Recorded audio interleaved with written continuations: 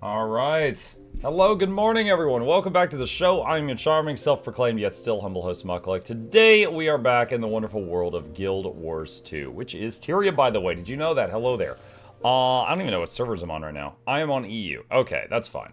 We will hang out on EU right now. I'm Muk. It is currently 12:15 a.m. in Australia. Happy 69th Australian birthday. Where's the cake and presents? What? I don't know if I get cake or presents, but my birthday is tomorrow. I am August 23rd. Hey people, hope you're doing great. What's up, Gildal? How you doing? Oh man, I'm still waking up myself. I just finished a bowl of Fruit Loops, chat, and I am here. Drops? Yep, the drops are continuing on the Twitch side of things. Yep. Let's see. Got a video up this morning on the Amalgam. I got one more video from the beta test to go out, which might go out tomorrow, which is the Gale Shot. And then that's it. And then I am just kind of stuck and waiting on them to start the beta again. I was able to get enough footage for three videos, Ritualist, Amalgam, and Gale Shot, before they ended the beta, and then I gotta wait for them to start it again. Daximo says hello, new to Guild Wars 2, still trying to decide if it's my kind of MMO, but I've been enjoying your content, thanks for it. You're very welcome. If you have any questions, let us know. The Gale Shot video better have the proper ending. I don't know what you mean by that. What is the proper ending to the Gale Shot video? Is it just deleting the Gale Shot? Oh, perhaps you're talking about when I like, ended it and then the beta ended, like, right then? We'll see. We'll see if Noxxi includes that. Let people know the recipe spicy herb chicken is available from Verma and Ebonhawk. You know, after the last time those things became important, I started doing the pack supply network agents each day. That lasted like 2 days, and then I forgot about it. And then I completely forgot about it.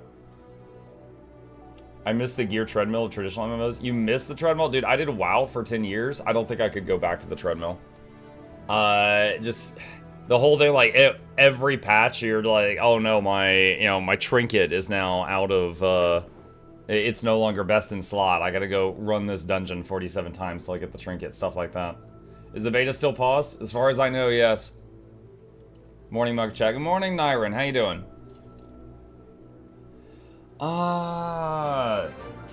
Zyphoon, thank you for the prime. Like, I enjoyed my time in WoW, but I don't think I could go back to that gear thing. Just like, this game just respects your time so damn much. The fact that I can, like, go do something else for a while and come back and my stuff is still all best in slot. Like, oh man, it's a relief. Morning, Muck Peoples. Hey, Smashy. Best way to spend 4K gems? I have a video that's my top recommendations from the gem store, which is right there. I'm putting it in the chat right now.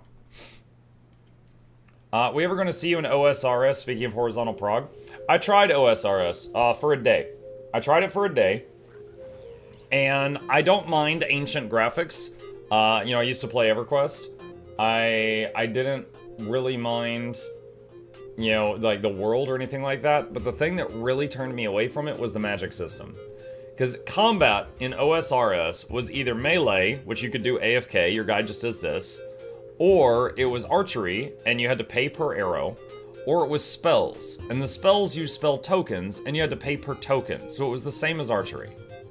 And the spells were all fireball, water ball, earth ball, boulder ball, blue ball, mud ball. It was all balls. There was no summon skeleton, mind control, poison the enemy, make an illusion, nothing. There was nothing interesting, it was just all balls. So it was basically chop chop or archery or magical archery. And so I found the just combat system in OSRS to be like, it was putting me to sleep. So I didn't go past one day in it. OSRS is pretty crap if you're used to modern systems. I mean, I played EverQuest in 2000. It was, in my opinion, boring compared to that. Like, there was just like no, like, but when it came to the combat, like, there was nothing different. So,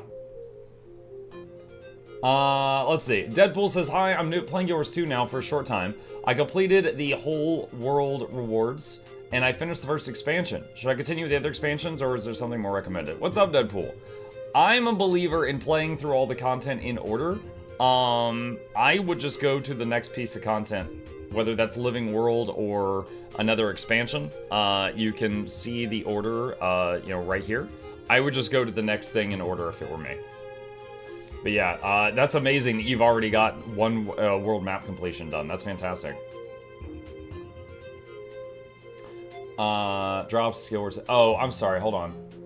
Oh, I see the issue. The drops command is in the title on the YouTube side. That's why someone's confused. Hold on, I'll fix that. Yeah, the drops are on the Twitch side of things. Twitch is giving out a ritualist outfit, sunglasses, and a hiss emote for people watching Twitch streams right now. Sorry, Luby, my fault. First day of streaming on YouTube? Something like that. Fair though, I enjoy both games for different reasons. Totally agree, horizontals prefer to vertical. I like my progress being maintained. Yeah, that's how it is for most of us too. Hey Mark, the quality is 720 max. That might be a Twitch thing. Let's check. People on the Twitch side of things, are you able to see me in 1080p? What is the max quality it offers? Okay, there are some yeses. Okay, so if there is anyone that's yes, then I'm streaming in 1080p, but not everyone's receiving it in 1080p. So, all right, so I've done what I can on my side. Has your video been updated since the game was released on Steam with the account jump stuff? Which video are we talking about? Are you talking about, like, should you boost, like that video? I got the drops yesterday. I didn't realize I watched 5 hours of streaming. Thanks, Mug, for the peak entertainment. Oh, you're very welcome. Do you have any news when the beta resumes? I don't think we do. I can go check their socials, though. Hang on.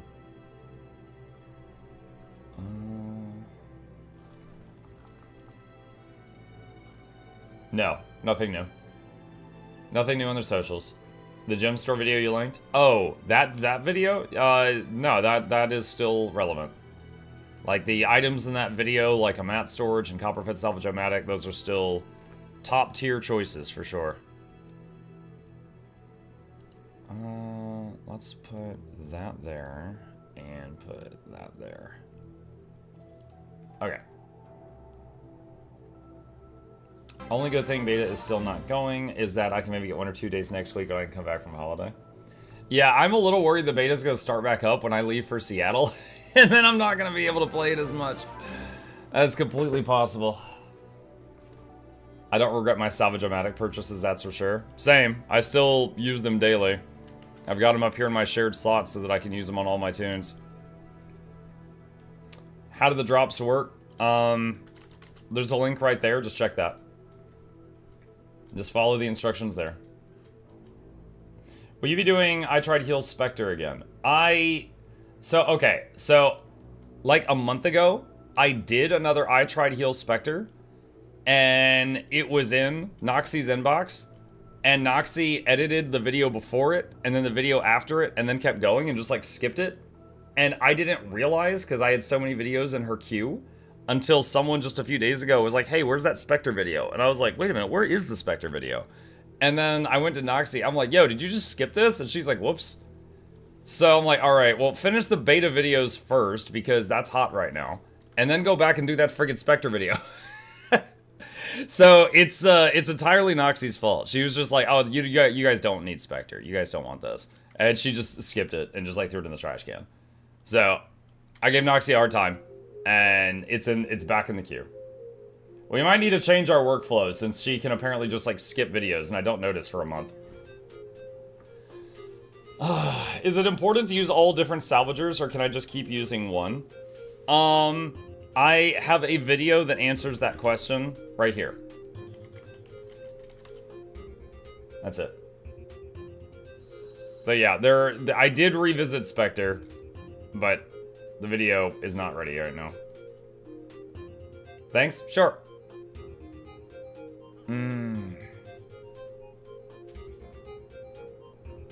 Let's see, I have around 2K gold, but I can't get my head around spending double for the amount for collections. Muck, I got Sky Scale from Soto, so I don't have the Pathfire Mastery for him, and I want to do Legendary Vision, but I can't open Risk because I don't have the Mastery. Is there any way to do this without getting POF Sky Scale? Mukluk Bobble. Nope, that requires the POF Sky Scale. Sorry. Currently there is not a way around that I know of.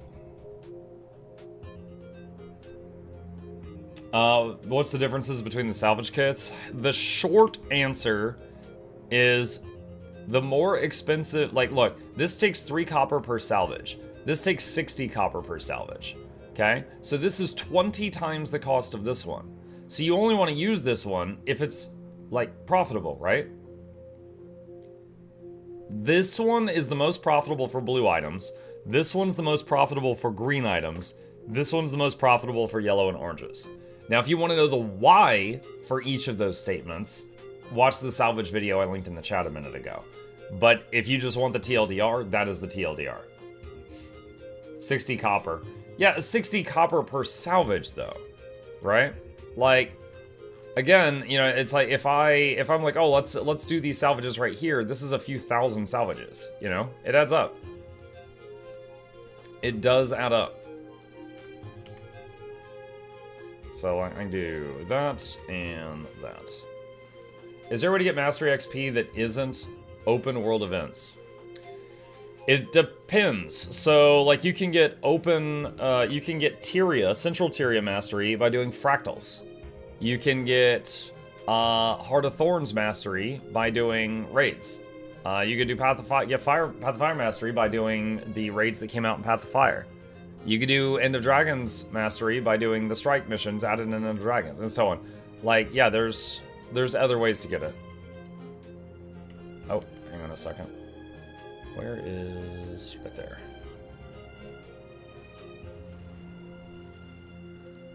Okay.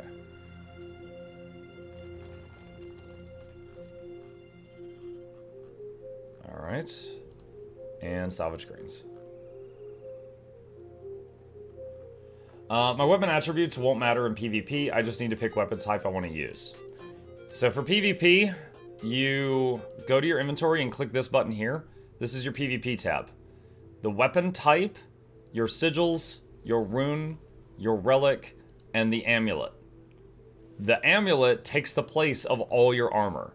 So your amulet, you know, you want to have power, or whatever stats you want in this slot. So, and that's it. Yeah, the stats on your weapon do not matter, just the type of weapon matters.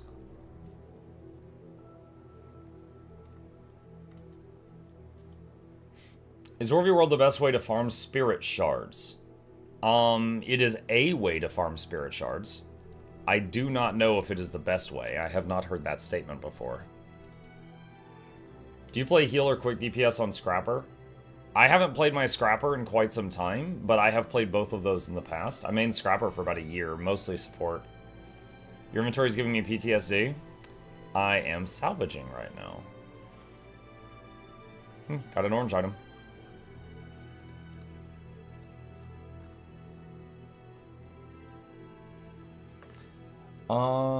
Let's see. If you have to pick between Necro and Mesmer for heal, who would you pick? If I were playing Necro, I enjoy Scourge. Scourge has that barriers that it puts on people, making them tankier. For Mesmer, I have greatly enjoyed Chrono in the past.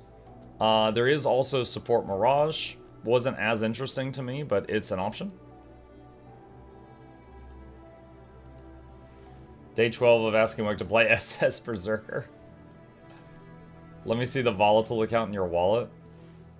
1.2... oh wait, that's Unbound. 1 million volatile. Which was as much as I had when I did the video. I turned 1 million volatile magic into gold.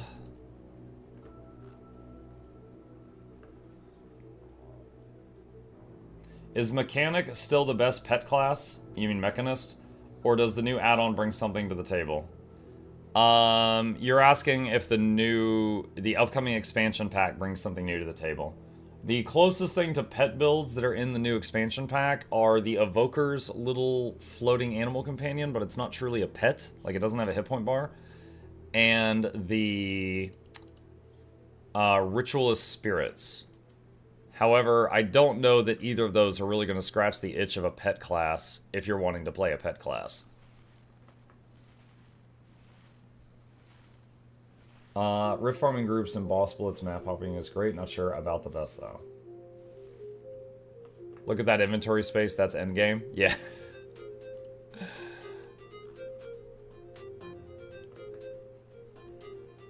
I've recently witnessed inventory worse than Mux. It was so bad I will never complain about Mux again. His is spotless.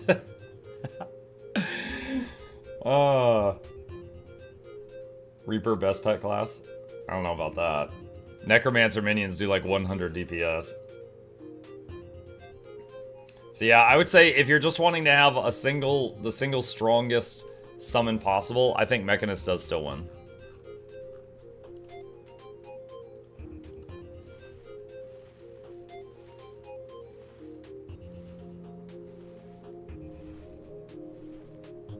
I just got Shock Infusion. Is it better to sell it or list, as do people actually buy them?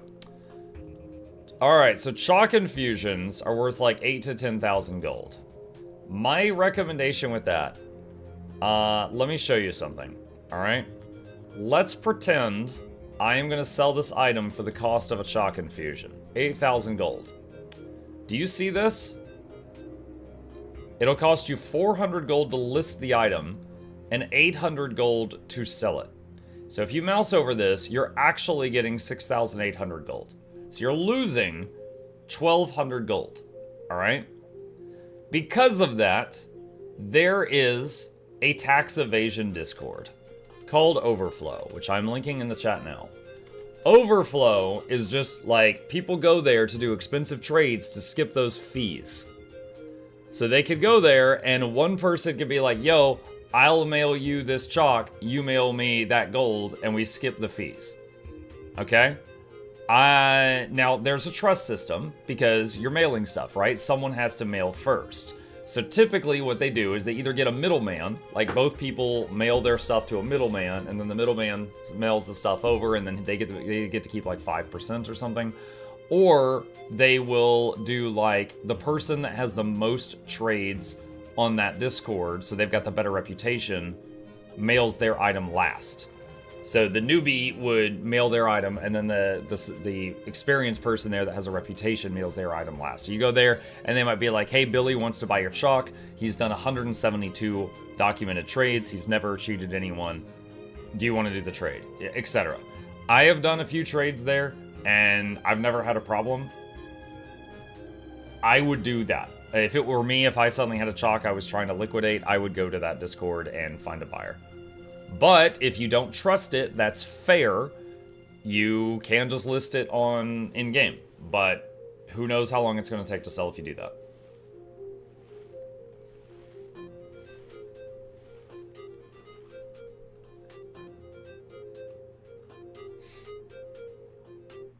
Great advice, cheers. Sure.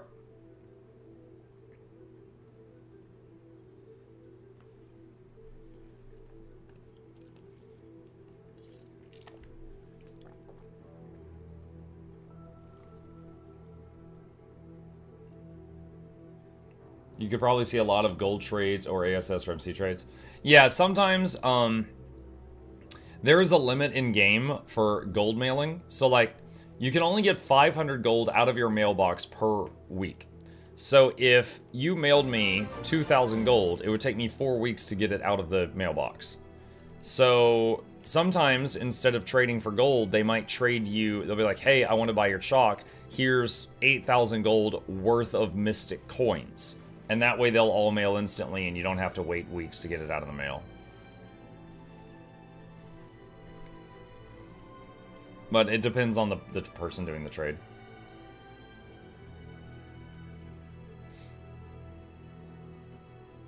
Has Muck broken the beta today? Nope, it still broke from the last time I broke it. What's your recommendation on selling or keeping fractal crates and keys to make money? I haven't done any math on fractal keys in some years, but anytime I would get a crate from doing fractals, I would open it and it would be profitable. As far as like, you know, buying crates when I didn't have them, I don't know if that's profitable. But if you looted some, opening them is absolutely worth it. Okay, I need to see if any of these yellow items are worth any big money. That is.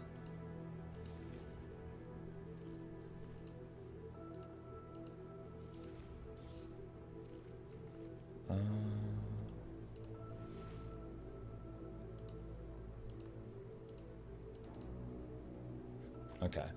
Alright. And then we use the expensive salvage kit on the yellows and oranges. Start restocking the 4,000 ectos we lost the other day. There we go. Do you like gambling in Guild Wars 2? No. The thing is, I truly don't do gambling in video games. However, in this game, I've basically beaten it. I've got everything I'd ever want in this game. So I can be really stupid with my money now because I'm not saving up for anything. So the other day, I did 4,000 ectos worth of gambling just for chat's amusement because I have nothing else I could possibly do with ectos. And I got a couple items, but mostly I just lost money. We're gonna need to condense all this luck too.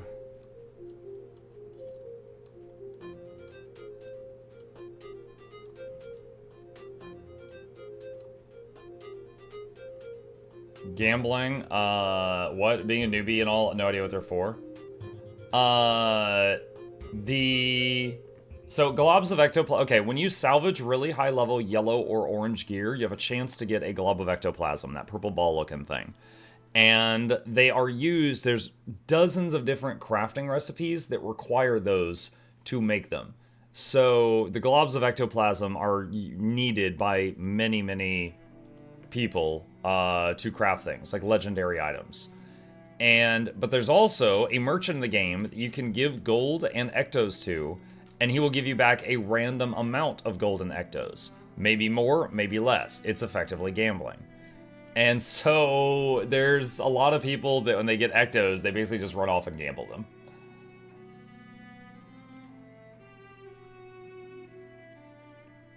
For Ritualist Minion Master build, what would be a good relic? Dunno. I tested a pure power damage writ, and I tested a support writ. For support writ, I was mainly using Relic of the Midnight King to help keep Fury and Might on the party. But for one that is doing minions, I'm not sure. You could use one of the minion relics. Yeah, there's like the one relic that gives you the parrot, and there's one that gives you like the little golem, and one that gives you like a jagged horror. Like you could use one of those just to get another minion if you wanted. Thanks to the video on salvage kits, I learned a lot and realized how much money I was losing by using only the Runecrafter after all. Yeah, I guess, let's see, Runecrafter was the best one for green, so if you're using that on blues, you are basically throwing away money every time you salvage. What happened to the beta? Couldn't play yesterday, and now it's gone. AB, hang on, I'll give you a link. AB, here's the answer to your question. Basically, it broke everything, so they're fixing it. Mug, have you played Guild Wars 1? Yeah, I recently, they had the 20th anniversary of Guild Wars 1, so I did a full playthrough of it on stream. Of the story, anyway, like the full story on stream. Then I have, in the past, like it was so long ago I don't remember it, but I've done a playthrough of Factions. I've never played Nightfall. But yeah, I liked Guild Wars 1 when I was younger. When Guild Wars 2 came out, I first bought it because I was like, oh, I liked Guild Wars 1, I might like this. That's why I bought Guild Wars 2 off the shelf in Best Buy so many years ago. But that's about it. I didn't like Guild Wars 1 as much as I like Guild Wars 2. Like, it didn't give me the same addiction. Did anybody try out Fire Mage? I want to try out the Evoker, but it was shut down within like 15 minutes of the beta started because it was breaking everything. That was one of the first things that was turned off after the beta began.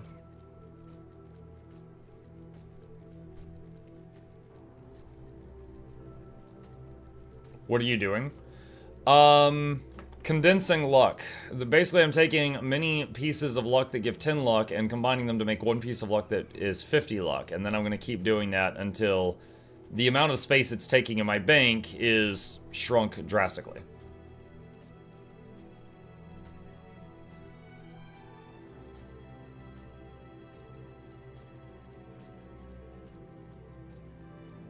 I think loads of elementalists have wanted to be the fire mage for years now.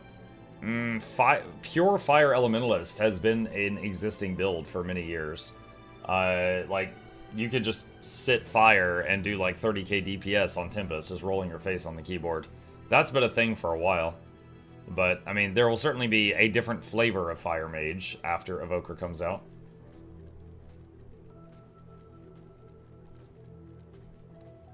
When is it better to consume versus store luck?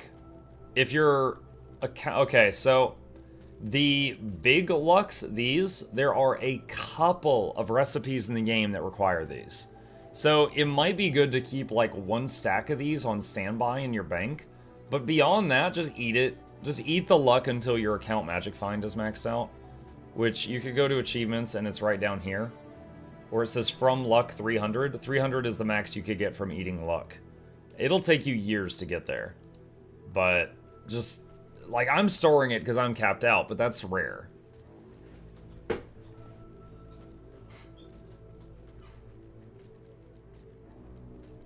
I'm sad the Janthier Wilds went on sale 1 week after I bought it full price. Oh no.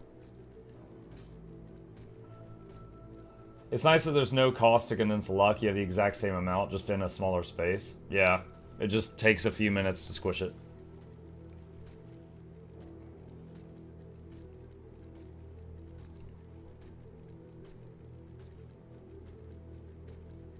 You need a stack of luck for each gift of research. If you're making Leggy Obsidian Armor, 1 per piece. Highly recommend it once it comes back up. Easily the fan favorite of the new specs. I want to like Evoker, but I didn't get into build crafting before Evoker got shut down. And the build they gave us was so bad, I actually liked Weaver better. Well, yeah, dude, okay. I've tested 3 characters, and on all of them, the default build that they give you is not great. I changed the build on all of them. So, I mean, just think of it like, yo, the starter character build. Change it immediately.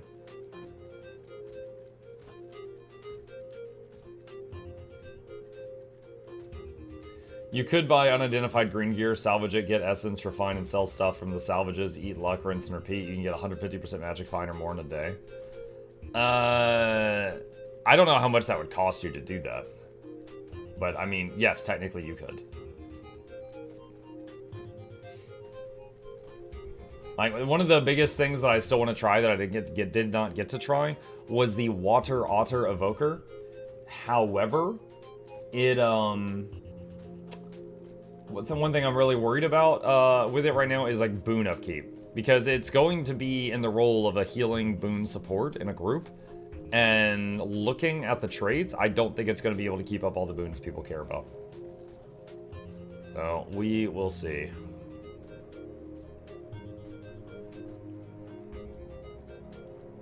What do you think about giving stat selectable gear on beta characters? Probably be a good idea, yeah. I mean, if they want proper testing, they could do that.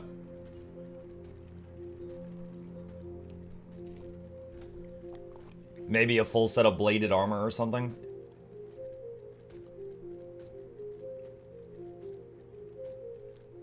Definitely going Amalgam for new story. Only question is, should I go Char or Asura?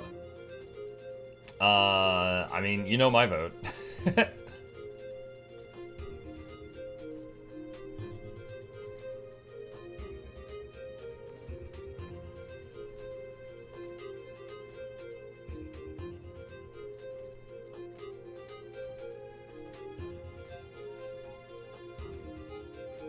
I just got here. Why do you need so much luck? It's not that I really need it. It's actually the opposite. It's that I don't need it. I already have max luck from eating luck. So now, anytime I get luck, I save it up for that one festival where you can turn it into money because I don't need to eat it anymore. So all of those stacks that were down here, we just condensed into this. Just gonna put that in there. Alright. How much money do you lose if you use copper fed on greens? I don't have the exact math, but there's a video explaining to you why that's not the best idea. Now, you could still do that if you want, but there's a video explaining what you could be getting. A bit of a weird question, but how did you find what was your purpose in life? That's a heavy one. How did you find that streaming was the thing for you? I'm doing a PhD, but even with this, I'm unsure of what I want, of my direction in life, etc. Curious to have your opinion. Wow. Okay, I'll try. My purpose, okay, so purpose in life. I don't know about purpose in life, first of all, because for some people, their purpose in life is to get married or to have kids, you know, pass on knowledge to another generation, achieve world peace, stop Zaitan, you know, like, you know, whatever, you know, there's different, raise ore, there's different purposes in life, all right? But if we're just talking, let's just talk occupation, right? You're asking, how did you know that this is what you want to do occupation-wise? Let's try to focus on that.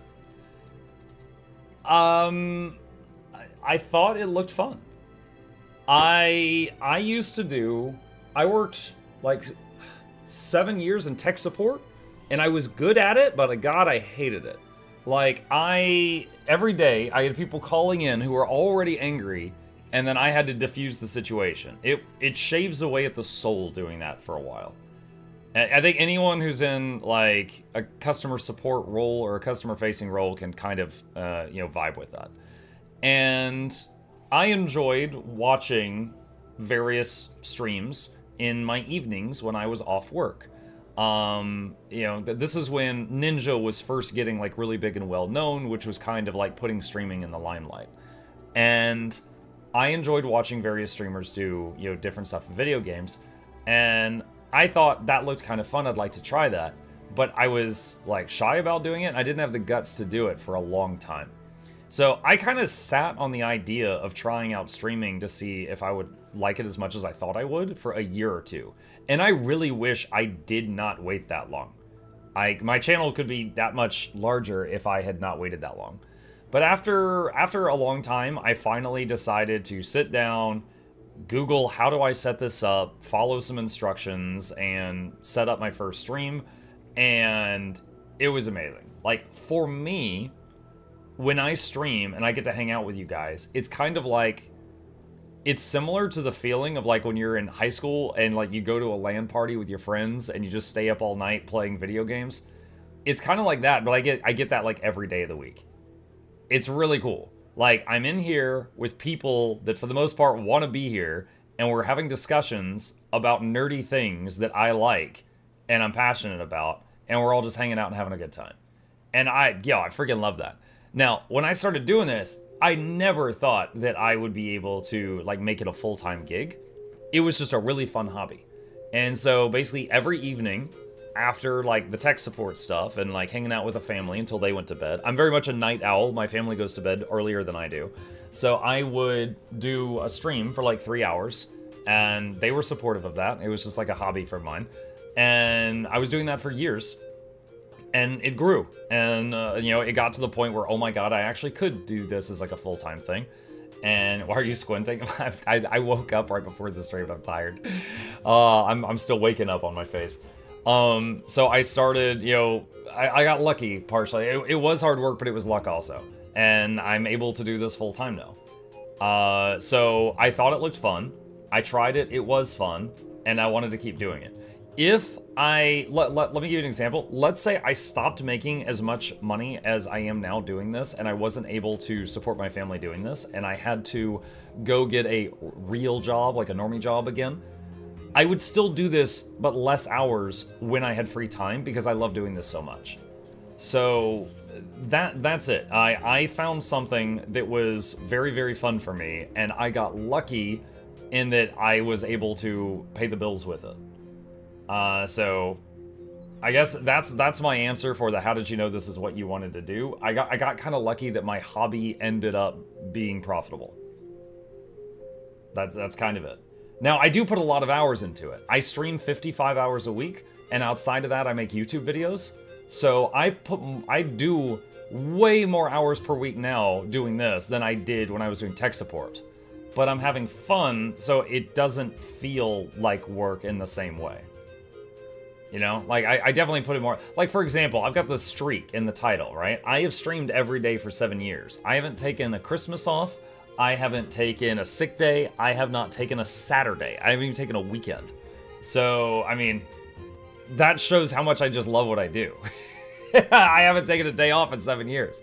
I just really like doing this. So when people are like, you haven't taken a vacation? I'm like, this is the vacation. This is fantastic. Sounds like burnout waiting to happen.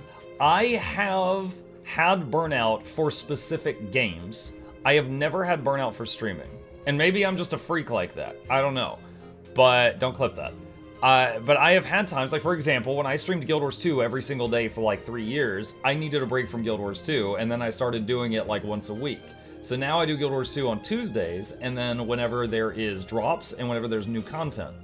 But outside of that, I don't do it every single day because I do get burned out on it. But that's when I started doing variety gaming. So like last year, we played 110 different games. So there are days where I'm like, oh man, I don't want to play XYZ, but there has not been a day where I'm like, oh, I don't want to stream, unless I'm just like feeling unwell. There have been times where I like skipped the morning stream because I wasn't feeling well and I needed to, you know, get over it. Maybe I have a headache or something, I don't know. But then I usually come back in the evening and I'm fine. But yeah, I hope that answered the question to the PhD guy in the chat. That was my best attempt. You haven't taken a break in 7 years? Nope. May 26, 2018, I streamed, and I've streamed every day since. What if you got the flu or something? Actually, when COVID was happening, my wife or my son brought it home, and I ended up catching COVID, and it hit me really hard. And there was a day where my voice was shot. I was like, hello everyone, welcome to the stream. And dude, we leaned into it. We just joked about it. I did like a 1 hour stream and I'm like, welcome to Mukluk's ASMR. You know, and we were just messing around for like an hour. And then I was like, okay, the streak is still alive. I'm going to bed, bye. So yeah, we did like a short stream just to keep the streak going. And then I died. And then I came back the next day. So yeah, it's happened. I've gotten ill before, but. How old are you now? 82. I tell people I'm 82 and I moisturize. The short ASMR stream? Yep. Thanks for the honest answer. Dear Muck, sorry for the hard question. I tend to really like your view on things, your videos. I was curious about your opinion. This kind of motivates me to start writing fantasy again. Yeah, I mean, I absolutely, like 100% I recognize it is rare that a person can get a job to pay the bills that is also the thing they're passionate about. But I do think it's something everyone should try to pursue. Like in my case, it was doing tech support, which I hated, 40 hours a week. And then after that, I spent a few hours on my hobby each night.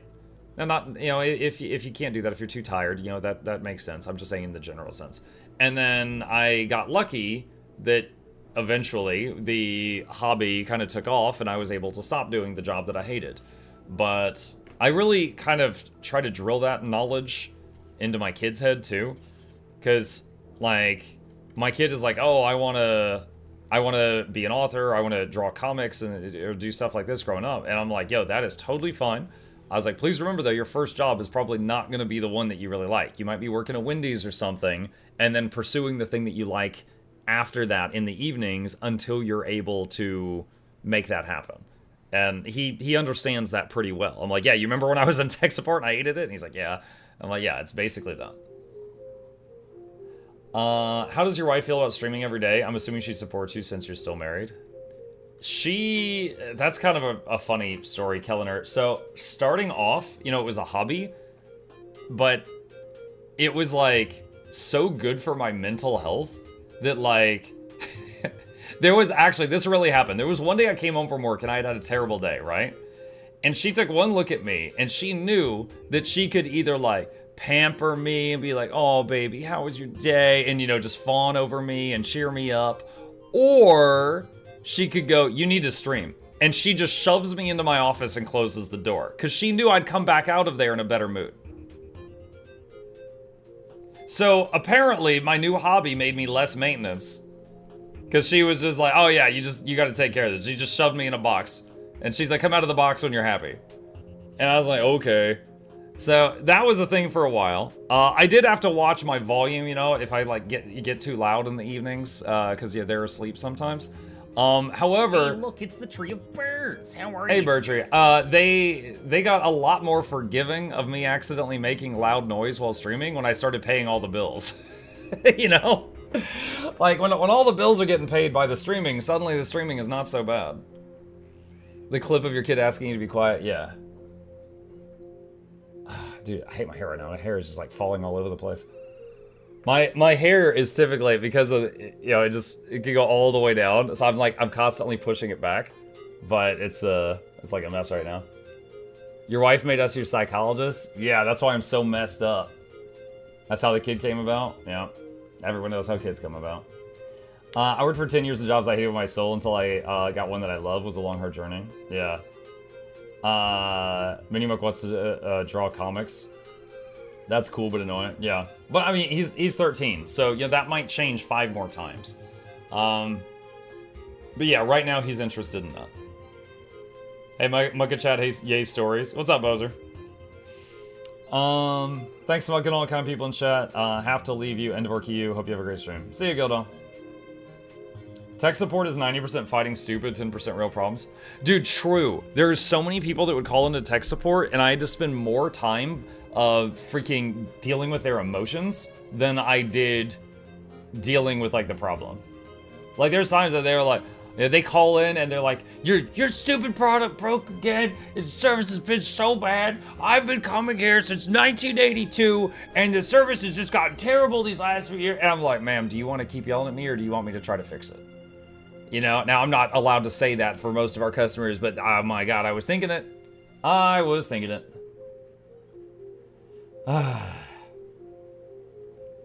Let's see, if you're feeling lost near your PhD and you're like second or third year into this, quite normal. Most of us are acquainted with feeling. Funny you say that. I left my first career, took a 30K pay cut, and my wife was very supportive. And now I work as a software developer and make double what I was making originally. Yeah, when I made the switch, so it was during the, like, you know, COVID and all, when it was at its worst and everybody was kind of staying inside. I was working tech support, and the company I was in closed the department I was in. So me and the last few guys that were in that department basically all lost our jobs because they just deleted that department. And I was like, okay. And so I'm talking with my wife, and it's like, all right, I could try to... Dude, what is this guy doing that's just like flashbanging us constantly? Oh my God, he's annoying. Just take me anywhere else. Anyway, I asked my wife, I was like, okay, I would love to try doing streaming full-time. It's currently earning us about this much per month, and if I was putting in full-time into it, it would, you know, earn more, but I don't know how much more. And I was like, the alternative is I go out and try to find another normie job while the pandemic is happening. And we looked at our finances, and she was like, all right, you could try to do your dream job for a month, and if it's not going well, you have to get another normie job. And I'm like, okay. And I went hard into it. Like, I was cranking out YouTube videos. I like doubled my streaming hours and went hard on it. And it ended up working out. So got to stay here with you guys. And it's picked up more since then, you know, because with streaming, unlike with a normal job, like with a normal job, it's like if you are getting X dollars per hour, you can just say, oh, multiply those hours by 40, and I make this much per week. I make this much per month, you know? With streaming, your income is like this, right? You've got good months and you got bad months. So you got to save up on the good months to get through the bad months. Sometimes it's because of special events. Like tomorrow is my birthday. There's going to be a lot of people here more than usual. So it's going to be a good day compared to just like an average day of the year. On the flip side of that, you know, you have got the day, you know, the months where you're not making as much, so you know you got to save on those, like, you know, big event days. But sometimes it's not because of like events. Sometimes it's just because of ad revenue. Most of my income comes from people that see like an ad when they watch a YouTube video of mine or like a Twitch stream. And some months of the year, that revenue is different from other months. Like when you get close to Christmas, ad revenue is much higher because the companies pay more for commercials, and I'm not doing anything different. So it's very it fluctuates a lot. It fluctuates quite a bit. Used to work for a network company as tech support, and God, I used to fight with them 90% of the time until I started telling them to literally leave our company and quit. What? In any job, you need luck. Harry Potter was rejected 10 times because it was not good enough in the eyes of the publishers. Wasn't Dune like that? Like, Dune got picked up by a company that made, like, car manuals or something? I've heard that story before. Winter seems like it'd be better for streaming. More folks inside watching stuff, revenue aside. It's partly, and then also because of, like I said, ad revenue is better. Leading up to Christmas, ad revenue keeps getting higher and higher, and then the first few months of the year, ad revenue is at its lowest. So let's pretend like every day I had the exact same number of views on Twitch, the exact same number on YouTube, every single day. The revenue would still move a bit because of the CPM. Would change. Let's see. Dune was too complicated for anyone to understand. I'm not sure if you're comfortable saying, but what benefits you more, a patron sub or a Twitch sub? Patron. I do not mind saying. I am very grateful for anyone who even just watches my content, because I still get benefited by that. Even if you just watch a video of mine, that benefits me, right? But an honest answer to your question is usually Patreon. A Twitch sub is $5 by default, and that varies. Like, some of you are probably in different countries where it's more or less than $5, but let's just say it's $5. And when you do a $5 Twitch sub, I get 70% of that, which I think is $3.50. Now, a normal streamer that is like smaller would get 50% of that, so they'd get $2.50. On Patreon, I get 92% of whatever you put in. 8% goes to Patreon. So Patreon has a much, much better cut. Plus, Patreon, it has auto renewal if you set it up like that. Like, there are many people that are like, oh, Muck, I love you, I want to give you my Prime every month, but I have to manually do it every month and I forget sometimes. Cool. On Patreon, it will just automatically do it. Like, if you could set it up to be like, oh yeah, support Muck on the 1st of each month, and you just don't have to think about it.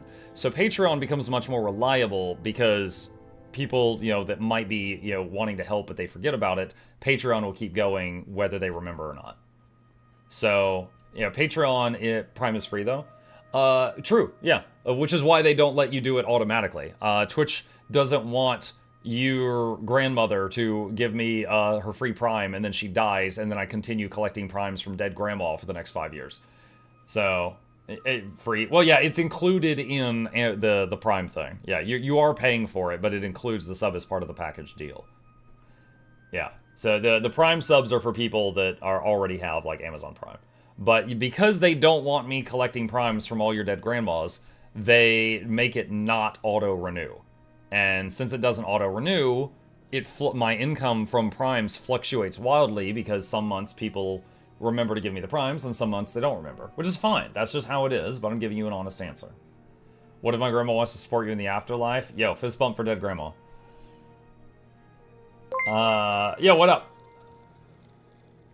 Dune, okay, so in this universe, if you fire a laser at a force field, both of them blow up with the equivalent of a small nuclear explosion. Also Dune, it takes 5 books or so for anyone to wire a laser up to remote control to take advantage of this.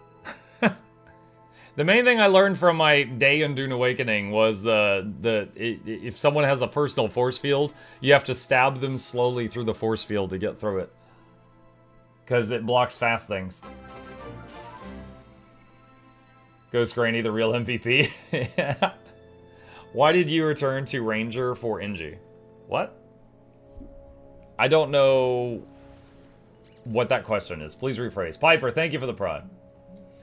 I like Patreon better. It's easier to not remember the Prime sub. Yeah. But there's pros and cons to different ones, right? Like, if you sign up to support me on Patreon, that doesn't take away the ads. If you are watching me on Twitch and you do a Twitch sub, or on YouTube and you do a membership, I think either one of those gets rid of the ads, assuming you're not using like an ad blocker. So that might improve the experience. Or if you want the emotes, a lot of people like the emotes, you know, those come with the sub or the membership. You know, that I wish I could attach those to Patreon, but I can't. So, you know, the emotes are a thing as well. Why did you return to playing Ranger instead of playing Engineer? Oh, I mean, I played Engineer during End of Dragons because I really liked the look of Mechanist, and I wanted to try it out. Later on, after they did a bunch of changes to Untamed, I kind of started enjoying Untamed a lot, so now I'm playing Untamed a bit more in my free time. Is the beta still down? Yes. What's adblock? It is useful.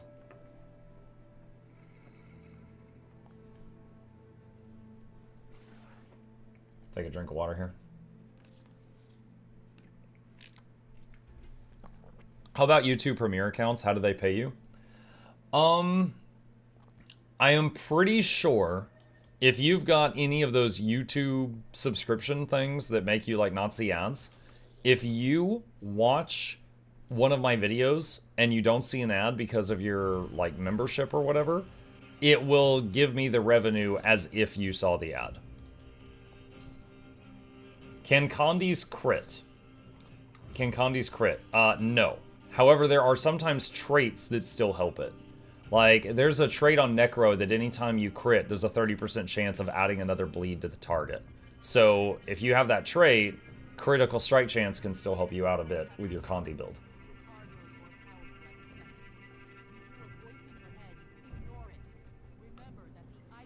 What's your favorite kind of content to do in the game? Probably strike missions, but then I have to organize a group for it, so it takes a bit of energy, and sometimes I just don't feel like putting in that energy. It's like right now I'm just doing open world stuff while I talk with you guys.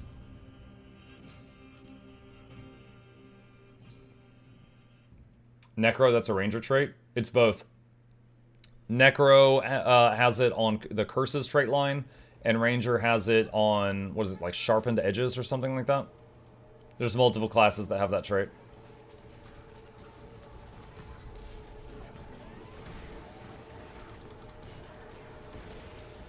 Dear Muck, what's your opinion of the new direction of ANET regarding survival? At least these new elite specs don't bring a single new revive skill, but brought multiple don't die skills. Shared distortion. We will never yield. The ritual is Aegis, not Aegis. I think it's better for good players, but harder for new people. Possibly. However, there's already a lot of tools in the game for those people, as you said. Like, if I'm playing Ranger, you know, we've got Spirit of Nature. This instantly revives a bunch of people. Or Glyph of the Stars. Things like that. So, you're right. I do love revive skills. It is a shame they didn't add more. But I think we're okay with what we've got.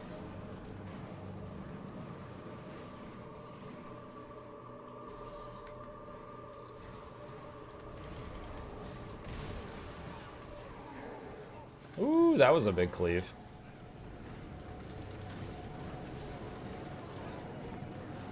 Is it bad to play Untamed with Power Greatsword Longbow? No. That is a classic weapon combination on Ranger that's been around for 10 years. It's very popular. Nothing wrong with that. Jakar is Muck on EU. I am on EU. You can smell the tea.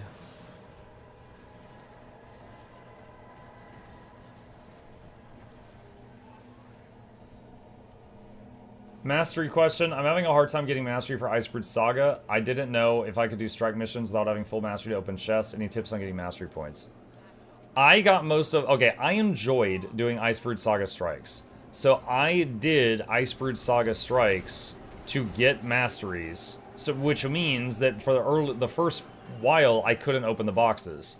And then I used the masteries I got doing the strikes to then get the treasure chest masteries, and then I could make more money while doing the same strikes on future days. So that's how I did it. It's not how you have to do it, but it is an option.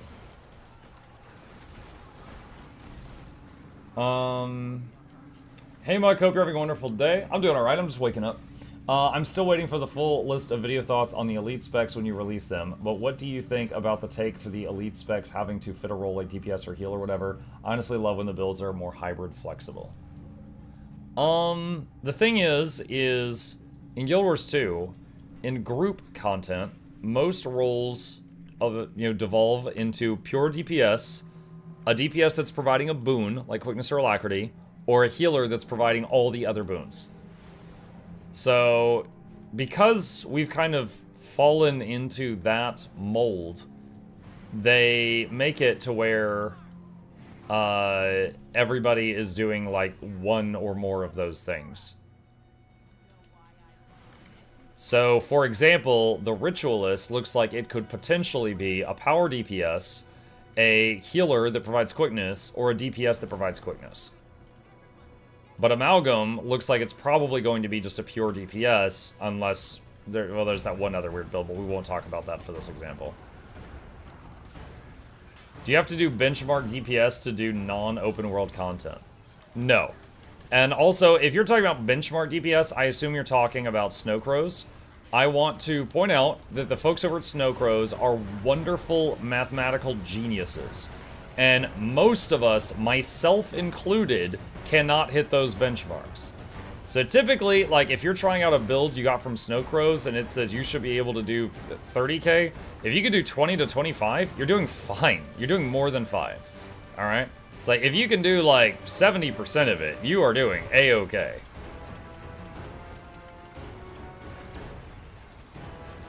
But power creep has definitely been a thing in this game. Like, the older... Remember in this game, they've not raised the max level. So the very first raids added to the game are still max level content. However, power creep is real. If you go to the oldest raids in the game, and you're doing the DPS that everybody is doing these days, you will skip phases of the boss because he will die so fast. Like, that's simply a thing. Like, if you go to the original raids and everybody's doing more than 10k DPS, you're gonna kill it as long as no one fails a dumb mechanic. However, if you go there and everyone's doing 20 to 30k DPS, the boss is gonna skip phases entirely.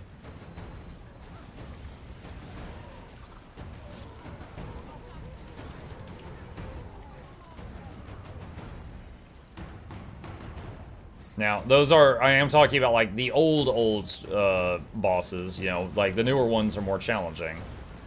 But it's a thing. Power creep would be one-shotting the bosses. I think what they have is fine. I don't, but it's kind of a thing, because, like, for example, Gorseval. Gorseval is a boss in one of the raid wings. If you don't know him, don't worry about it. Gorseval, it has become the norm in the community to entirely skip the gliding phase. There's an entire section of the fight that was designed that the player base does enough damage that your group is considered bad if you see that phase. I don't agree with that. It's invisible dance! Breaker down. I think that should be changed. But on the flip side, you've also got,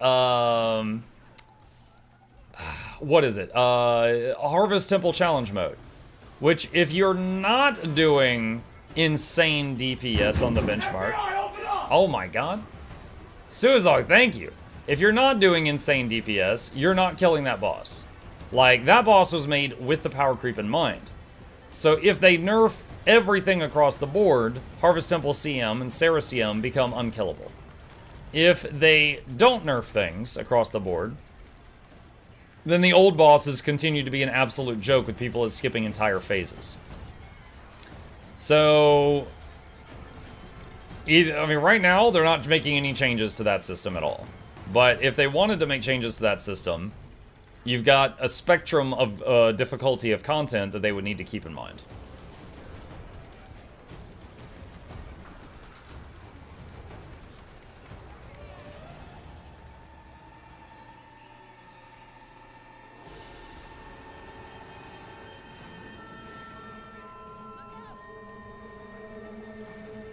Oh, get an EMP.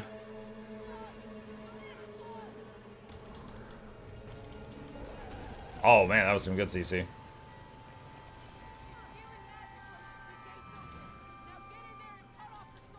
I heard HTCM and TUFCM are also already joking with the new elite specs, especially the things like distortion. Well, yeah, the new elite specs were a beta, right? So that was the thing. Like, for example, on my main character, have to really push myself to get to like the mid, like 30 to 35k DPS. I'm an okay player who has played a long time, so I've got a lot of game knowledge, but I'm not like, you know, top tier, right? I admit that. When I was playing Amalgam, and I was just rolling my face on the keyboard, and I had no idea what I was doing 60k DPS, right? So yeah, if we took a bunch of Amalgams to some of that tough content, we're just gonna blow it the muck up, even if no one knows what they're doing. 60? Yeah, 60. And the people that did know what they were doing, who actually made a proper rotation, there was stories that some of them hit 100. And I might believe that because I had no idea what I was doing and hit 60. So yeah, the current beta specs, some of them are completely busted numbers-wise, including the Amalgam. So yeah, you take those to that hard content, and it's not hard content. But again, it's a beta, so they are like, wow, okay, that is very interesting. Thanks, guys, and then they're gonna nerf the hell out of it before it goes live. It's a beta. But yes, right now, yeah, it's not impressive if you took Amalgam and went and killed a boss. What dot does Condi Amalgam do bleeding? It uses Spear, and Spear does a lot of like burning and electrical damage, and then it also does some bleeding as well. Like, right now, just based on the stuff that I tried, I imagine that Amalgam, the numbers-wise, is going to get hit with a sizable nerf, because it's stupid right now. And I think Gale Shot will get hit with a minor nerf. Because Gale Shot, I was able to hit 37k after a few minutes of testing. And again, I'm an okay player, not a stellar one. And that was really high for me. So I would imagine that Gale Shot is going to get like a minor change. I just realized part of my neck is going invisible because of the reflection of the green on me.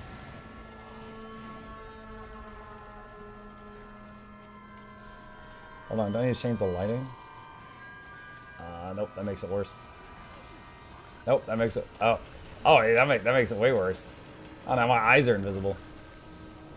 I think, gosh, just this room. I think it's just Drakar's room. It's gonna be impossible. I have to change that. Here, hang on a sec. 1 sec. I'm gonna change screens. Let's say primary camera. Go to filters. Okay, go back to Drakar. Let me see. I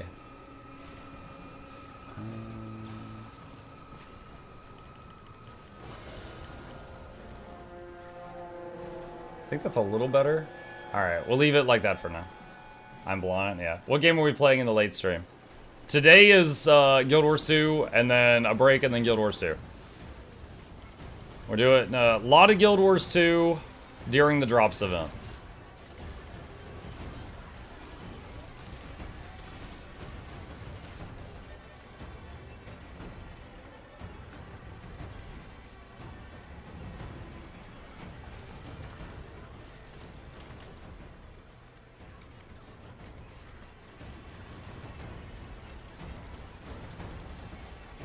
Are there any low-intensity builds that are acceptable DPS to do raids, or should I plan on not doing raid content if I'm playing one of those? Oh, no, you can absolutely do raid content. Again, the early raids were made with people doing like 10k DPS in mind. Some of the low-intensity builds can do 30k while you're AFK. And that, like, okay, a Pistol Thief, Hammer Guardian, Rifle Mechanist. Any of those, you could basically auto-attack and do double the damage you're required to do for those raid bosses, and just focus on doing the mechanics, like standing in the right place at the right time. Now, you could absolutely take one of those builds and do raids if you want to.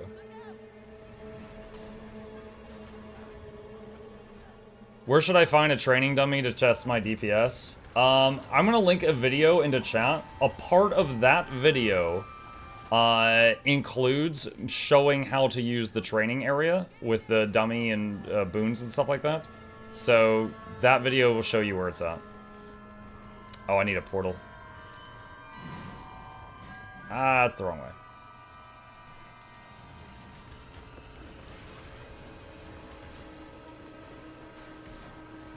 How did Amal get to beta doing 60k? It's a beta, you know? It's It's a beta. I mean, honestly, I don't really care. As long as they take the feedback and it doesn't make it live like that, then I don't really care. I think more importantly, it's how did the server crashing thing hit the beta live? I care about that more.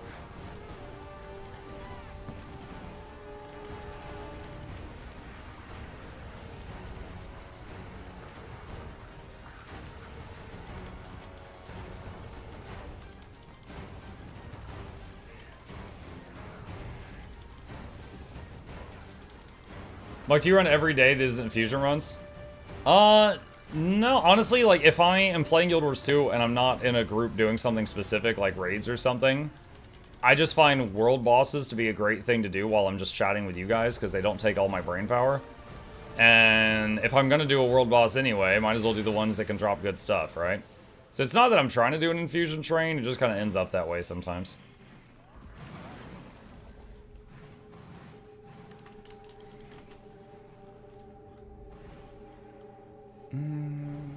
Let's see. Boop, boop. What do we got? Titanic Voyage is going again.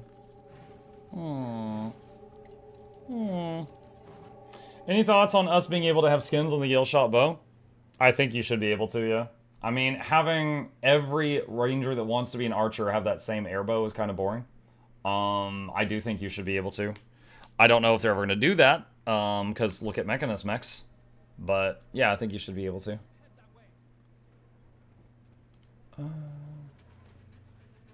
Looking at the green screen, I think it's okay right now. I'll close that window.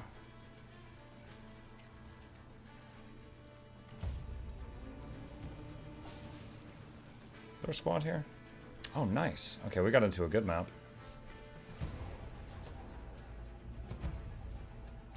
Bladesworn getting ignored again? Bladesworn was not ignored. You just got a nerf. It was just not what you want to hear.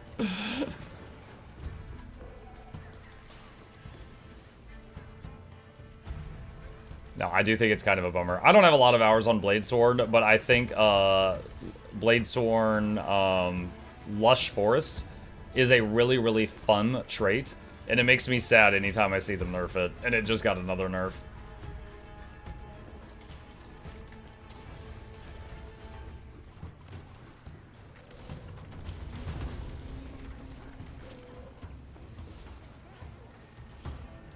Thank you for bringing me luck on that Drakkar. You're very welcome. As someone who comes from Gear Prog MMOs, what's the purpose of raids and strikes in this game? There's a couple things. One, challenge. Like people just wanting to take down big things. Two, smexiness. Alright? So, yes, you can get endgame gear very easy, right? That's completely true. However, there are many, many skins of items you can only get from fighting the raid bosses. Let me give you an example. This is a staff in the game called Oblivion. This only drops from Doom, who's currently like sort of the god of the underworld. He's basically Satan for this world. If you see someone with this, that mother mucker killed Satan. And that's impressive, right? It's like, yo, I did this. Right? You also have titles. You know, you can get titles under your name that show off what you've done. I have got one that's Dances with Demons, which means I did the Sunqua Fractal with nobody dying on the challenge mode. You know, stuff like that. So, you know, it might just be something that you think is cool. As an example, my gloves, when I enter combat, you see all the spikes that burst out of them? I think that's really neat. I like these gloves. These came from a raid. They're legendary raid glove armor. But you might have something that you just want because you like the look of it, or you want it just to flex, or things like that. Are there mounts from raids and strikes? No. At this moment in time, all the mounts are either from the story, there's one from World v World, and most of the other skins are from the gem store. Yeah, people that are in raids are there for either they're trying to get something cosmetic or just the love of the game. Isn't there a mace from raids as well? I mean, there's a ton of stuff from raids, yeah.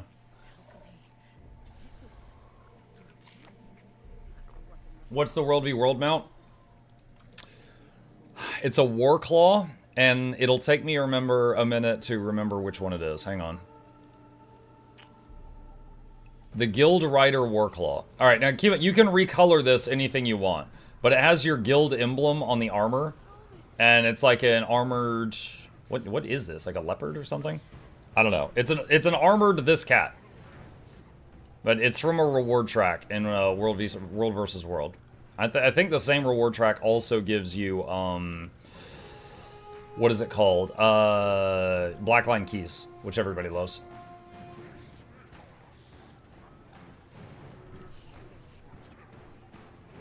Muck, that's not a basic skin. I didn't say it was a basic skin.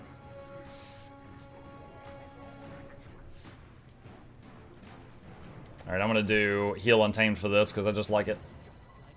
One of your accessories doesn't have stats selected.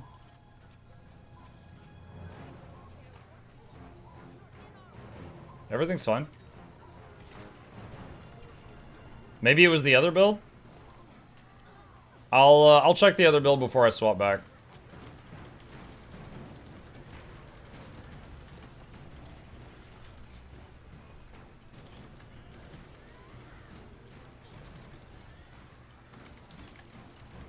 Muck, what's your favorite mount skin? Depends on the mount, but I use the plushy ones a lot. I like them.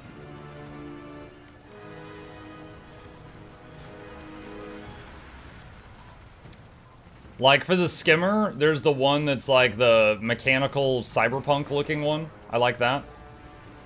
For the Warclaw and the Skyscale, I like the plushies. For the Roller Beetle, I like the branded one that leaves the big trail on the ground. It's kind of like Twilight.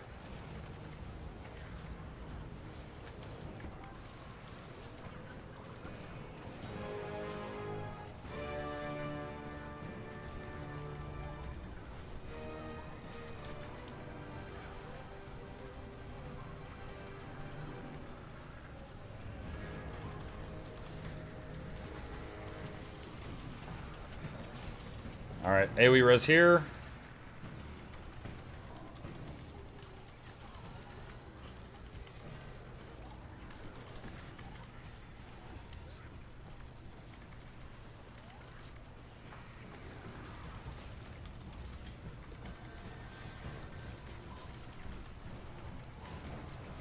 Do you have a guide to strikes and raids by chance? Oh, yes I do.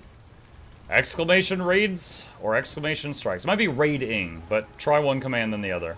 But yeah, I have guides to both of those. Like I have a basic guide to getting into strikes, and I have a basic guide to getting into raiding, and then I also have guides, the Get to the Point series for every single boss.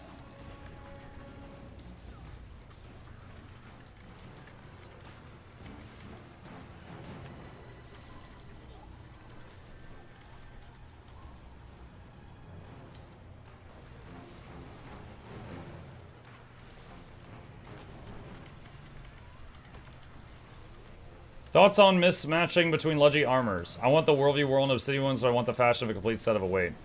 Simnight, my armor is mismatched.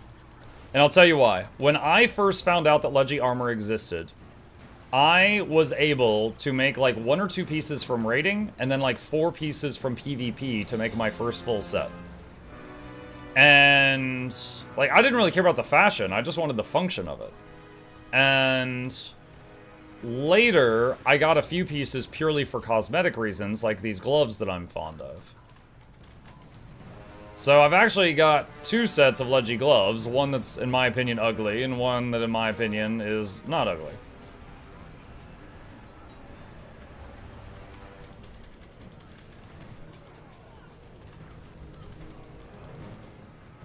Yeah, you can totally do that. Muck, can you link up the daily routine? Exclamation daily.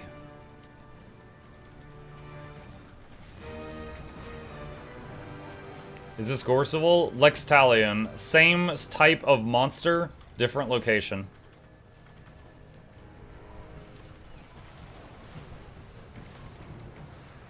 What's the purpose of progression MMOs? Your equipment be useless in the next patch? Same purpose as any other game. Fun. But, I will say that, you know, different people get fun in different ways. Like, I really enjoyed the 10 years I played with World of Warcraft. But a lot of that was the game, and also a lot of it was the people I was playing with. Then, when I came to this game, I was like, oh my gosh, I don't know if I could go back to that. Like, I don't know if I could go back to... Alright, let's say a new expansion of WoW comes out. You play through the story, you open up all the maps, and then you get to the point where you've got the best gear from, doing the map completion. Then it's time to... start grinding dungeons until your gear gets good enough to do heroic dungeons, then grind heroic dungeons until your gear gets good enough to do mythic dungeons, then do mythic dungeons until your gear gets good enough to do LFR, and then do LFR until your gear gets good enough to do raids, then do raids until your gear gets good enough to do heroic raids, then do heroic raids until your gear gets good enough to do mythic raids. I don't think I could do that again. Like, that is just a treadmill I don't think I have it in me to take part in again. I really enjoyed it at the time that I did it, but I couldn't go back. But I totally understand the people that are like, yo, I just came from this, I don't know what to do. I'm like, yeah, I get it.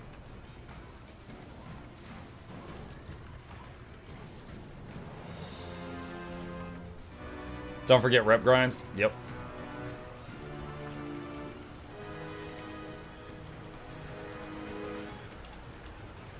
Like, to give you guys an example, okay, what's a game that is of no interest to me whatsoever? How about a racing game? Whoa, they're making a left turn, that's my favorite part.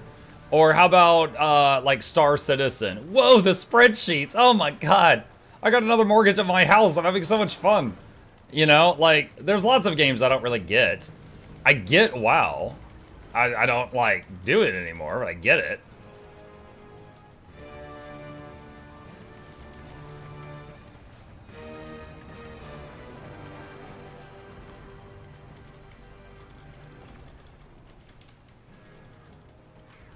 Sims? Yeah, Sims to me, as an outsider looking in, Sims to me is playing with dolls. If that's for you, that's fine. It's not for me.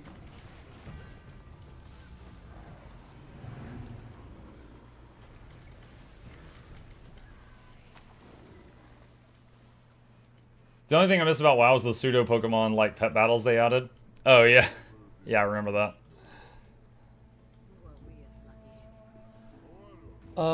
Mocha's secretly the Micro Machines guy, apparently. Think big, play small. I remember when that guy voiced, was it Blur? The Autobot in the Transformers movie?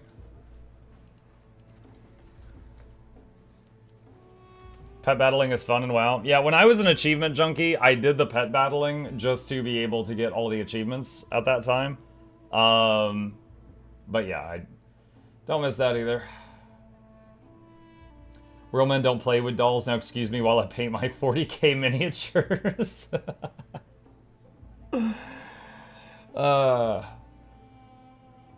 Pet battling and hunting for more mini pets.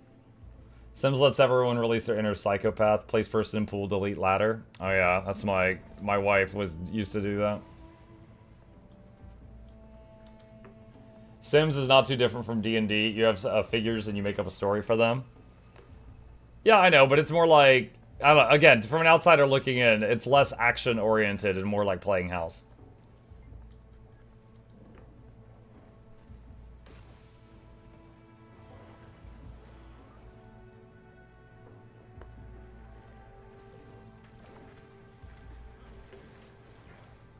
Oh, I accidentally changed my Warclaw when I was showing off that other one earlier. Where is it? Back to the plushie.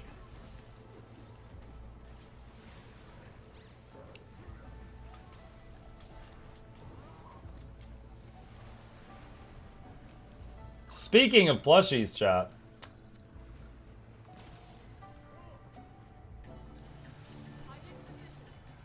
This little guy, this is the prototype, and it's done. Soon TM. Soon TM. This will be available for those who are interested in it. And I'm very happy with it. Went through a few revisions. The potion bottle is Velcro. It can be removed or stuck to his hand. He's on the way. Where are his arms? He has little arms. Here's another view. He has little hands that are out to the sides of him. He's on the way.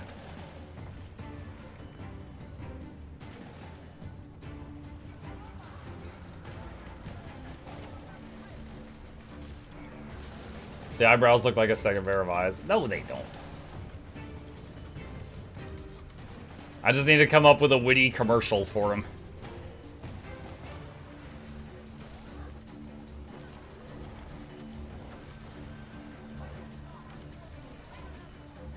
Is that a Harbinger plushie? It's my my channel mascot, the minion. In my Mucklore headcanon, there's a bunch of minions that like swarm around me in the background and they get everything done. Occasionally they trip on cords. That's when the stream disconnects. And everybody says F. It's one of their fault.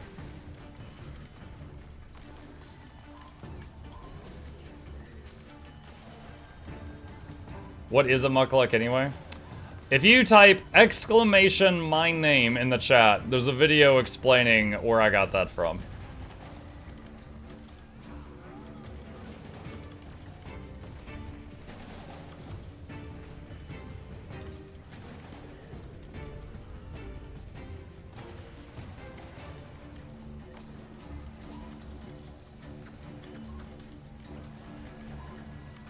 It's the most entertaining shoe. Mm-hmm.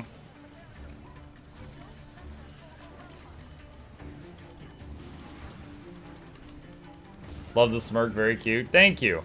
I'm really happy with it. There was a couple of revisions done, and we got to that one, and I was like, you know what, I think we're done. I'm really happy with this.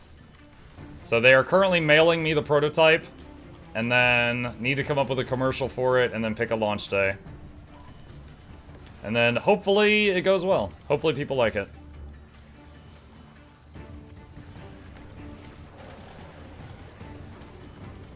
It's a kidnapped Jawa. Maybe in the commercial it'll make Jawa noises. Muk, can you equip a Legi on all your characters at the same time? Yes. For example, my medium legendary armor is equipped on my Thief, my Engie, and my Ranger all right now at the same time. I saw in Grounded 2 they had fuzzy Mukluks. I had to think for a bit while seeing them.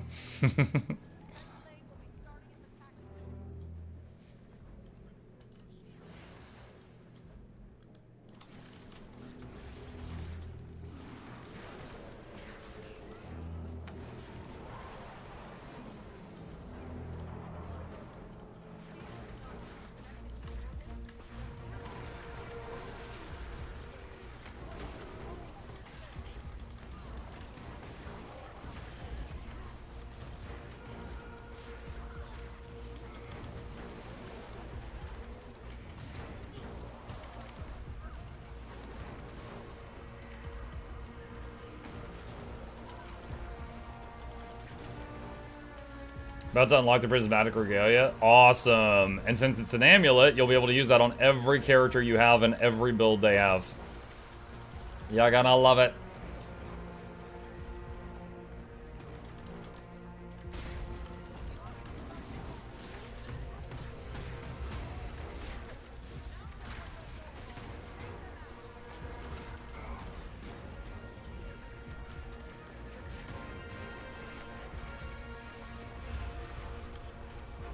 Date for plushie launch, maybe October 28th. Undetermined. So, like, I need to... Because like, my largest audience is the people that watch the YouTube videos.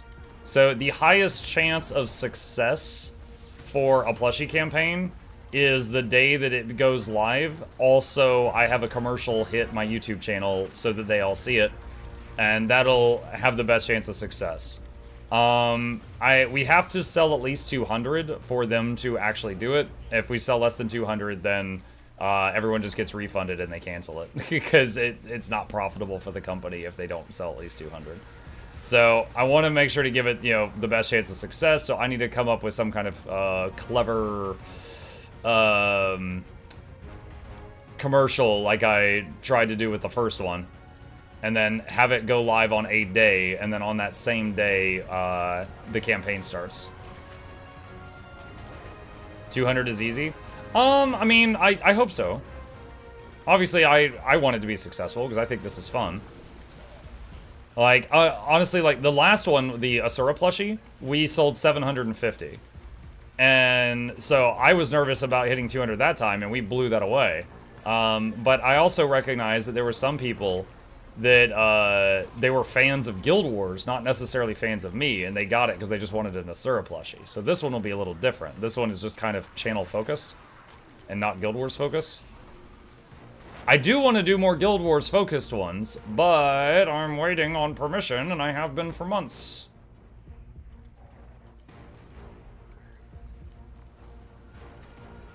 Don't know if I like it more than the Asura. That's okay. It's just a different one. It's not meant to compete with the Asura, it's just meant to be a different one.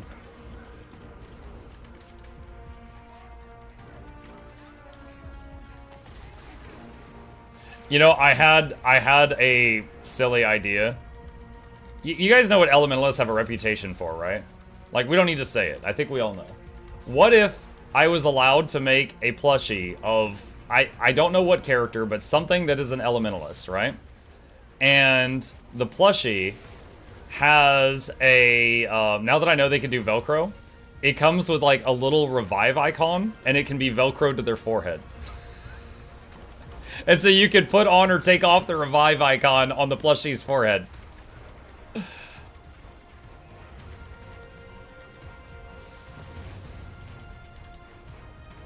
I think it would do well.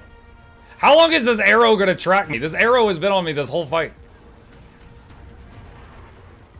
Oh my gosh, I think it was bugged. Alright, where's the tag going? Give them a piano with 4 keys. That would be kind of funny. So it'd be like a weaver.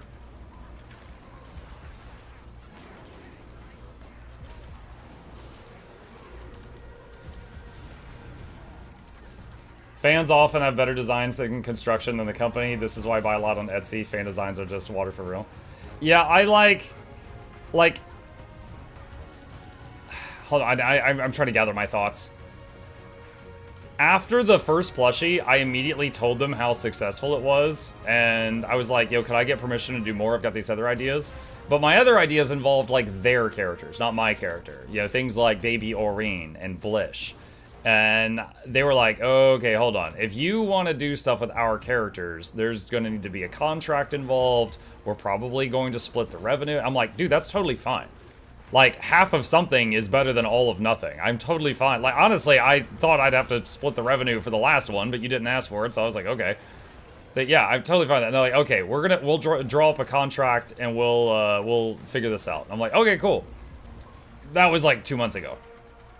So they are wonderful to me, but I really have to hound them to get answers on things. They did say they were game to do it, but I'm waiting and waiting and waiting right now. And so while I was waiting, I was like, I guess I'll do a plushie of my channel icon while I'm waiting. I don't need permission for that.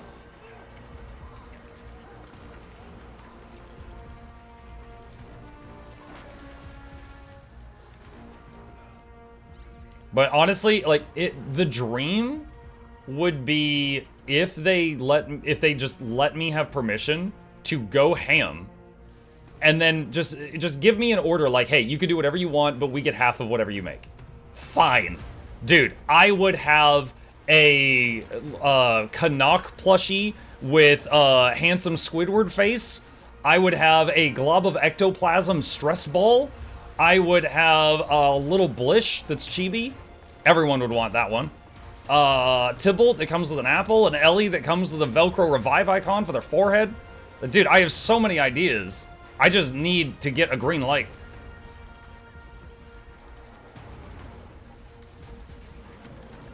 And real talk, someone in chat said, why do they need fans to do this? They don't. Yeah, pop quiz, they don't. But the whole thing is, if they gave me permission, I can go crazy. They don't have to do any work, and then they can just take half the profits. But they don't need me. If they wish to focus on them themselves, if they wish to focus on this themselves, they absolutely don't need me. They could just run off and do it themselves. But they haven't been, so I'm trying to jump in and do it.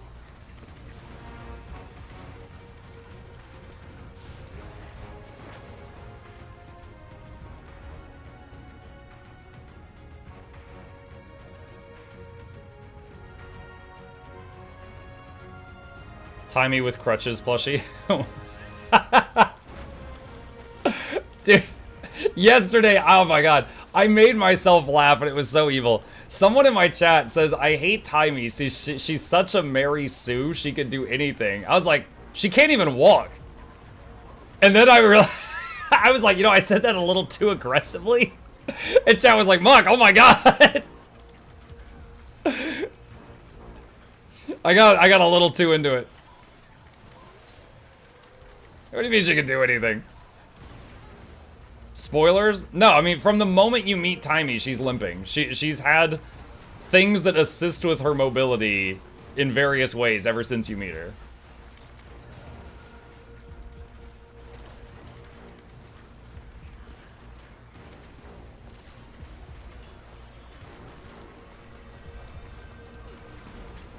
So, like, if that's a spoiler, it's a spoiler of the day you meet her.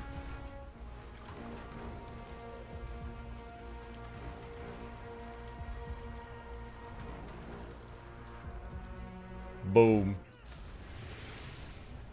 GG. Surprised there isn't official Tybalt merch. I know. I want to. Mech plushie with a little Timey you can put inside it would be cool. That might be too much for poor Makeshift. Like, Makeshift doesn't make stress balls. I'd have to find someone else with a stress ball idea. My point is I got a lot of idea. I just need to be let off the leash. Hey, my couple stream's going well. Don't give poor Timey a hard time. No, Tommy's great. She's fine. Timey, no. Timey, yes. Plush Tybalt needs a Velcro apple. Absolutely. Absolutely. Any update on the beta? No. Here's the update from yesterday if you haven't seen it. Air Blushy with Velcro Thorn.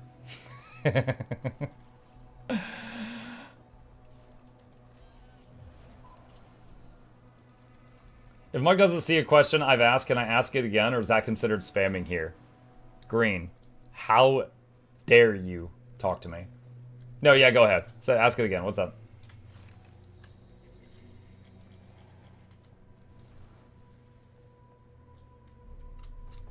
What's a good way to get all the Lucent motes to the legendary relic?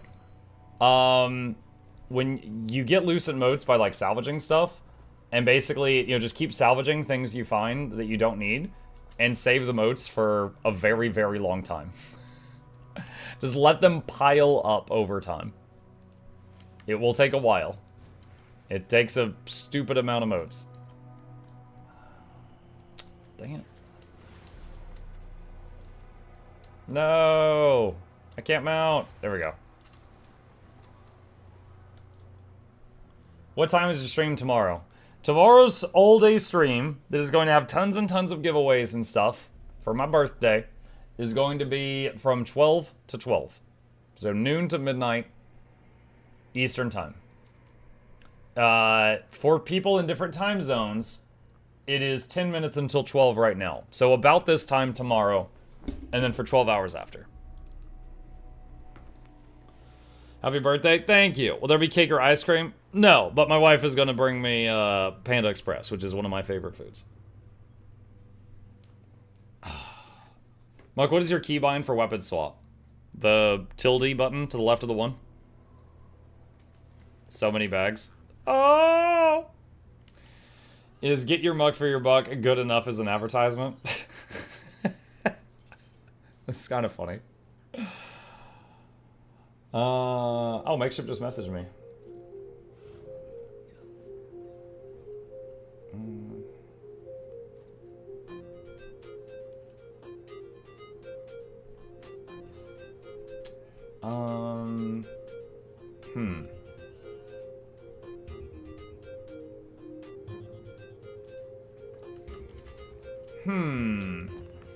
So Makeshift has said, to get the webpage set up for your shop, we need a block of text to put on there. For example, this was the last one we did. And we had, this was the block of text. So we need something,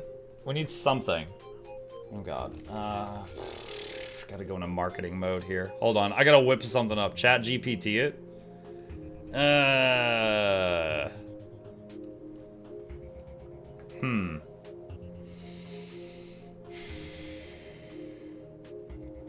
Any tips for a level 30 druid? Yeah, I need you to give me tips. How did you become a level 30 druid? What? I thought you had to be level 80 to become an elite spec.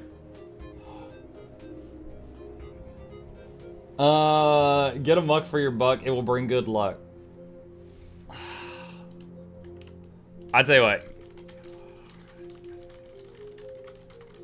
We will put that there, and that'll be if I can't come up with a better idea. Let's see. I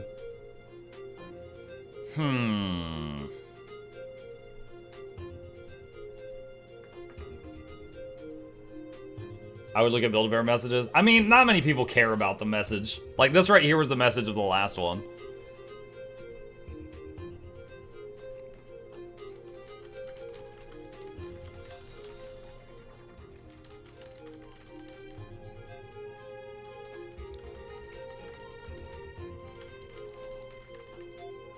These minions maintain the muckverse.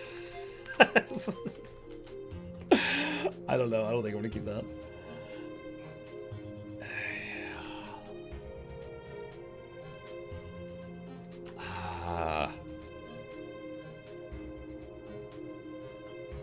The Muck Legion.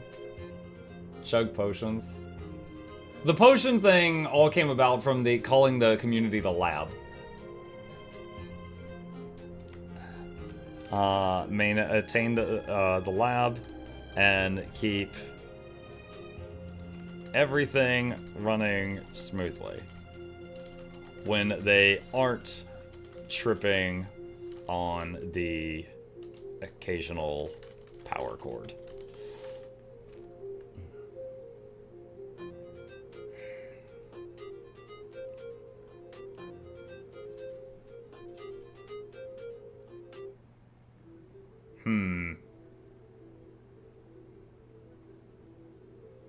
Don't touch the beakers. Oh, that's good.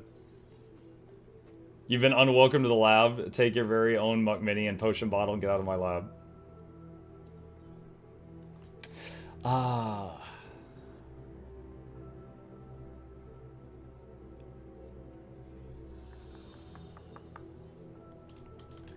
Take one home today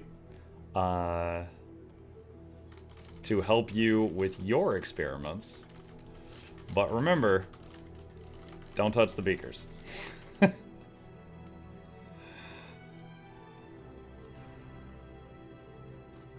Working hard behind the scenes, keep these trainings, maintain the lab, keep everything running smoothly. And they're tripping the occasional power cord. At the end of the day, help you with your experiments, but remember, don't touch the beakers. That's not bad. I mean, that's fine. It's supposed to be like a playful sentence. I think that might do it.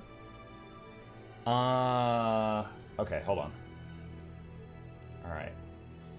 Okay,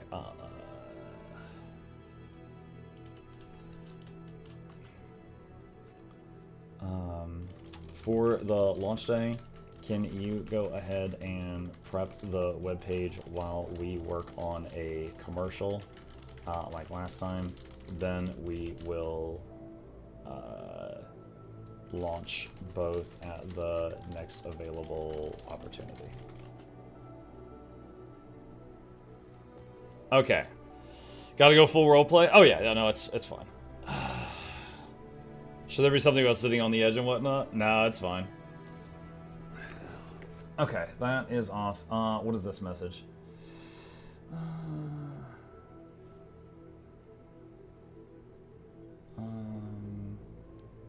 Oh, hold on a sec. Someone on Discord said. Okay, so how do I buy Jane Wilds Deluxe for friend? All right, so you can use. How do I wait? What? How do I use your referral link to buy Jane Wilds Deluxe for friend? To buy it for a friend, use the link. Then, after you purchase it, it will give you a code. Give your friend the code, assuming they are not Steam or Epic and are on the standalone client. They take the code to... Wait, what? I used this, but no code was given. Huh? They should be able to take the code to the ArenaNet website, log in, and apply the code to their account. Okay. My game is bugged and assuming I don't have the expansions all of a sudden. You've been naughty. No, I have no idea why that's happening. No idea why that's happening.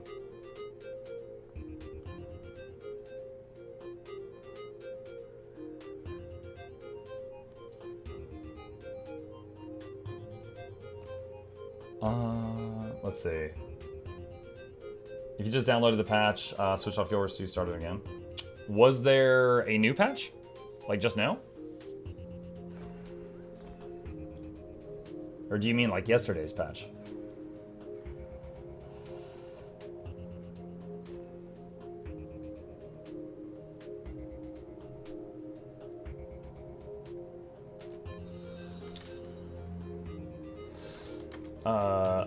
Oh, they want... Oh, gotcha. No, unfortunately, there is no confirmation of the referral working. If you used the link, you've done all you can, and I thank you for it. It's what ArenaNet gave us, and isn't perfect 100% of the perfect 100%, but it's what we have. Okay. Let's see. No, the plush toy order does not include liquid fluid. I mean yesterday's ones. Gotcha. Okay. Do we know when the beta is coming back? No, we do not know. The last news we got on the beta is this. I'm pasting it in the chat right now. Mug, I just watched your Amalgam video. Do you think there is a strong open world build that can perma upkeep quickness lack on itself while being tanky and doing damage? I would say it would be very easy to give yourself like 16 seconds of quickness and alacrity at the start of a fight, and then just like, you know, blow up an enemy in open world, and then, you know, you need like 45 seconds to recharge. So keeping up 100% of the time I don't think is necessary, but you could absolutely give yourself a sizable chunk of it. Mug, is Mistlock Sanctuary the best lounge? It is my favorite lounge. It has easy access to fractals, and also everything is in this small area, and the special action key is fast travel. So I can go to the merchant, I can go over here, I can go to the auction house, you know, and then be like, oh, I want to do fractals, I'm gonna go over there. It's just nice. Just fast travels up and around. Also, it has access to the world map. So if you want to fast travel anywhere, it's one loading screen. But if you're like in Armistice Bastion, which isn't part of the world map, it's a loading screen to get out, then a loading screen to go where you want to go. So it's 2 loading screens to travel somewhere. I prefer Thousand Island Dressing, has the cool port. Thousand Island Dressing? Thousand Seas Pavilion. Did you say TP the auction house? Well, like right here, this is a trading post, this is a bank, over there are some merchants, and I can just use the special action key to zip over. And I like that, so I like Mistlock. There are some, like, all of the VIP lounges have some good stuff about them, but this one you can zip around and has the fractal portal. What if you fall in Mistlock?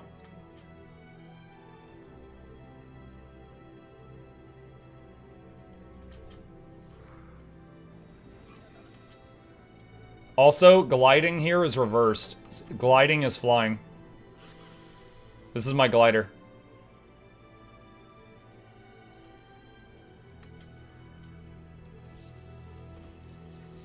Is there an achievement hunting guild? I'm sure there is. I don't know, though. I don't know of any off the top of my head. Someone redeemed the potato. Nah. It won't be as long, oh wait, as last time.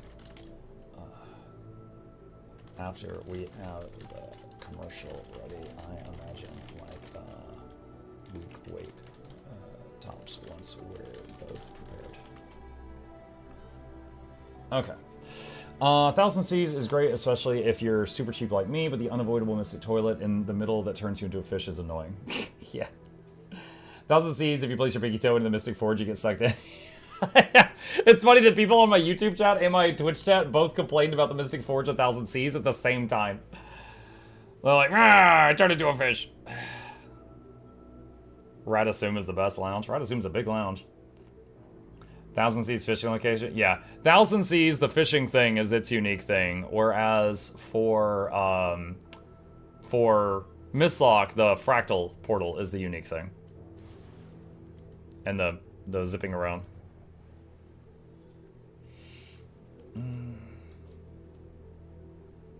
ASMR potato. Oh, you touch my tra-la-la. Oh. That stuff will continue to change, especially with the new expat coming. I just go with what you find the most fun at the moment. That said, if you wiki weapon. It'll give you a table to go with what you want to expect. One easy way to get maps you haven't unlocked yet on your characters. Yeah, Thousand Seas has portals to fishing nodes all over the world. So yeah, if you're on a new character, if you're an altaholic, it can be good for, you know, getting that stuff unlocked.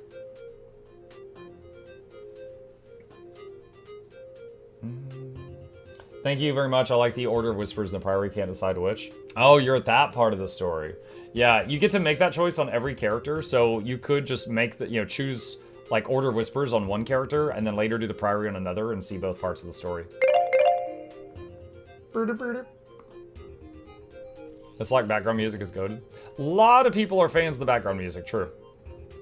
True, true, true, true.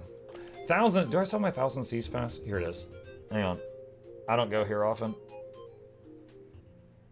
This loading screen is kind of funny because it looks nothing like this.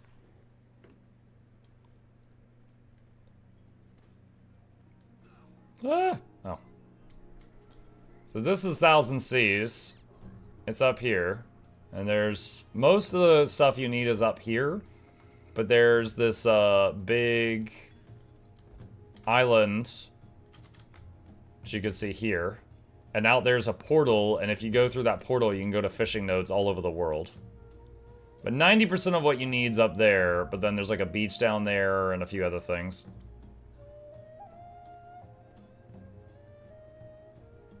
What do people use Thousand Seas for? Fishing stuff, mostly. And this is what people were complaining about. If you accidentally touch the forge, you get pulled in. Oh my gosh, my thighs. Whoa.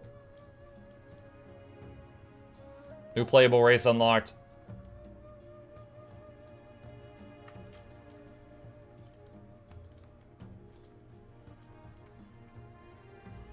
Walk backward is Largos. What? You just slide?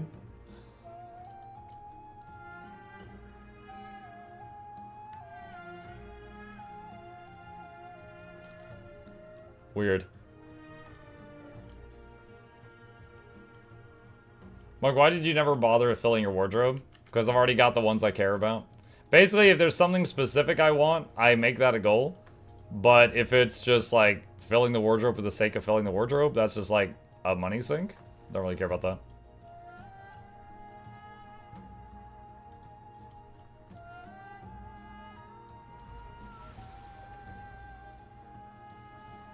Ah, I'm a Corgan. What? No. Ah, I'm a jellyfish.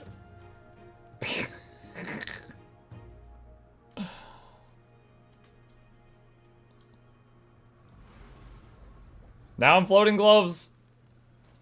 I'm a jellyfish again.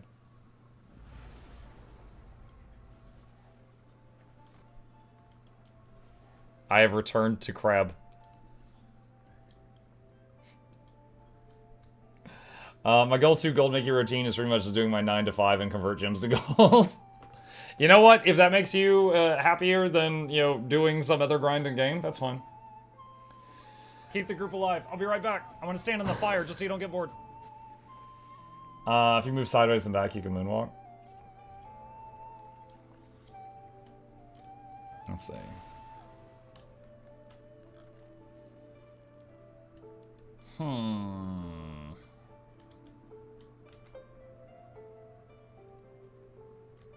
Let's see, what do we got? What do we got?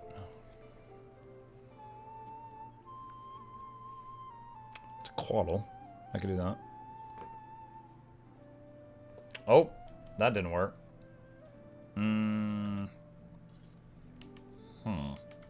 Alright, I'll have to do this one manually. The add-on doesn't work with 1000 Cs. You're at 999 viewers? Not according to my count, but anyway. Drop in to say hi and then dip. I got a headache today. Hope you feel better, Daisuke. That extra map layer got you? Yeah. The waypoint is going to become contested because there's tequila here. Oh wait, this was the build set that someone said I was missing stats on an item. Oh my goodness. I see the problem. I see the problem. I was look at this. That is an accessory. That is an infusion. I tried to put that infusion into this item, and I swapped it with that accessory because it has the same graphic.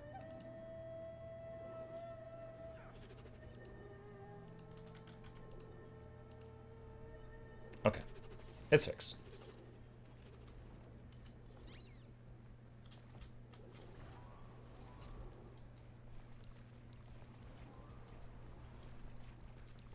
So you can't put accessories in your pants? I was putting the accessory, or I was putting the infusion in the accessory because I wanted to disable the graphic.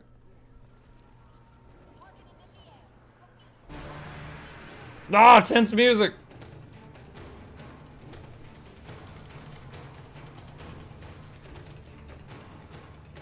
Is there any reason you're keeping the item? I don't know. Sentimental value, I guess. If you have the outfit from the drop already, what does the dupe do? Nothing. It does you nothing.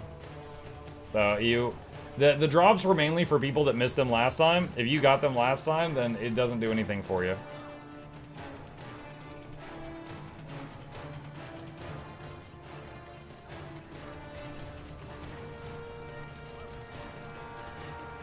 What? Hey, we res. I popped.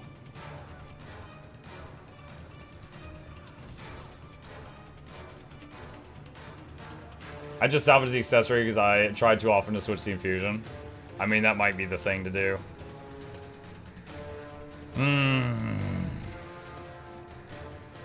Wait. You lied to me. You can't salvage this. Green! Why are you so full of lies? As easily as you breathe. Ban them? Did you ever try Condi Mirage? If I have, it wasn't recently.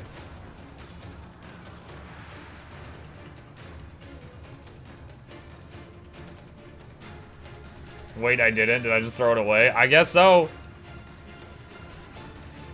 You calling me a liar? I ain't calling you a truther.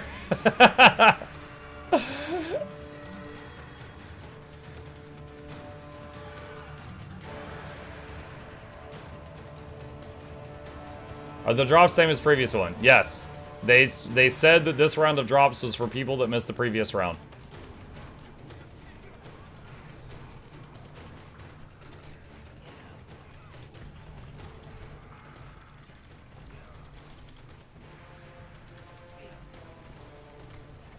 Maybe it's because you didn't select stats on it? Let's see. Ah, release me to Quaddle. Alright, Berserker Wisp. Nope! Still a lie. Is the video for the new Elite spec for Ranger coming out today? Gale Shot? No. Probably tomorrow. Noxxi got me the finished version of the video this morning. I need to check it for any problems. Make sure she didn't, like, throw some random zucchinis in there or something. And then, make a thumbnail, and it should go live tomorrow.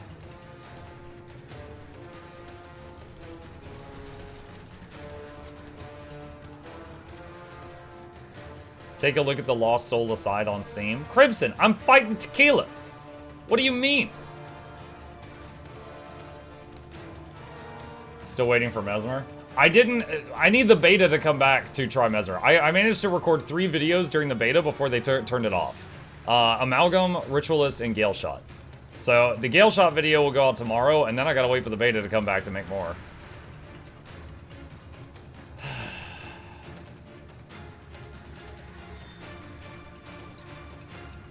Live just in time for the beta to come out again? Dude, I'm afraid the beta is going to come out again when I'm in Seattle. And then I can't do anything.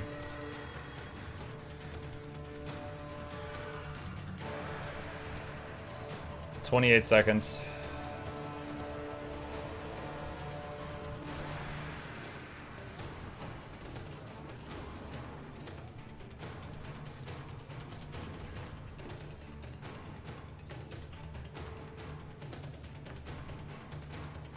Why is the game not more popular?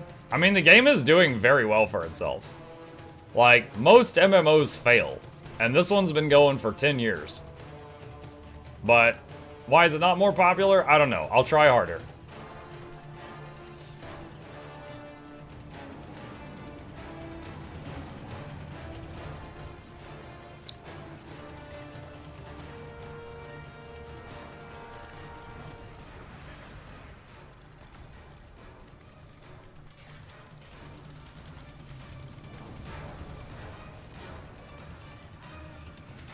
Boop, boop, boop, boop, boop.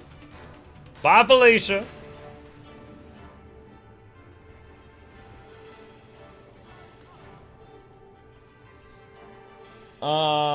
Let's see. I think the cash shop turns people off. Yeah, but it's not pay to win. It's just buying cosmetics. And you can just buy the stuff in the gem store with gold. You can turn gold into gems. And then buy whatever nice hat you want. So that's why the people that actually play the game and understand it are like, oh yeah, this is nothing. ANET does not believe in marketing. That's okay, I do. Funny enough, my top 2 videos, like ever, hang on. Sort by, oh wait, no. Wait, no, that's, that's forbidden, don't watch that. Why play Guild Wars 2? In 2025. I made this, it says 2021 on the thumbnail, I just keep changing the date on it. Yeah, almost 500,000 views. That's like my top video ever. And then there's another Why Play Guild Wars 2 video right here with 300K. So, I have done my attempt at marketing, chat. 800K views on these 2 videos. And then also the, you know, the streams. The hundreds and hundreds of streams. I've tried.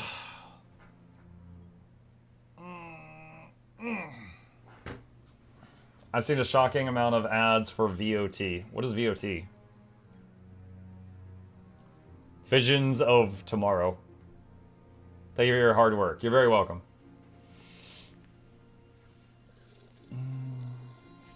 Is the beta server back up? No, not at this time. Visions of Timey. Visions of Timey. Yeah, like, the people that work on Guild Wars 2 are awesome, but they've definitely done some stuff that make, like, no sense to me as, you know, a gamer. Like, for example, the beginning of Janthier Wilds is talking for, like, 30 minutes, and it's unskippable. And I watched them sponsor some streamers to play Janthier Wilds for 2 hours when it came out, and they spent probably a good chunk of money on those sponsorships. And most of those streamers were sitting there for the talking, and they were like this. They had no idea who any of those characters were. They did not know what was going on. Voice acting wasn't in the game for half of the characters at the time. And it was just a really bad experience. And then they finally got into play, and their sponsored thing was almost up. So they're like, okay, guys, well, that's Janthier. If you want it, you know, here's the referral link, blah, blah, blah. And it was just like, oh, man. As far as the sponsored stream goes, it went terrible. And there was quite a few of those. So, like, yeah, that was just one such example. Now, they could have, to try to, like, offer a solution here, I have gotten sponsored streams for different things. I'll give you an example. Warhammer 40k Chaos Gate Daemon Hunters. And they're like, hey, we want you to showcase this. We've sent you a save file that is already a few hours into the DLC at a really high action point. We want you to show off this spot. Please play the tutorial before the stream so you know how to play a bit.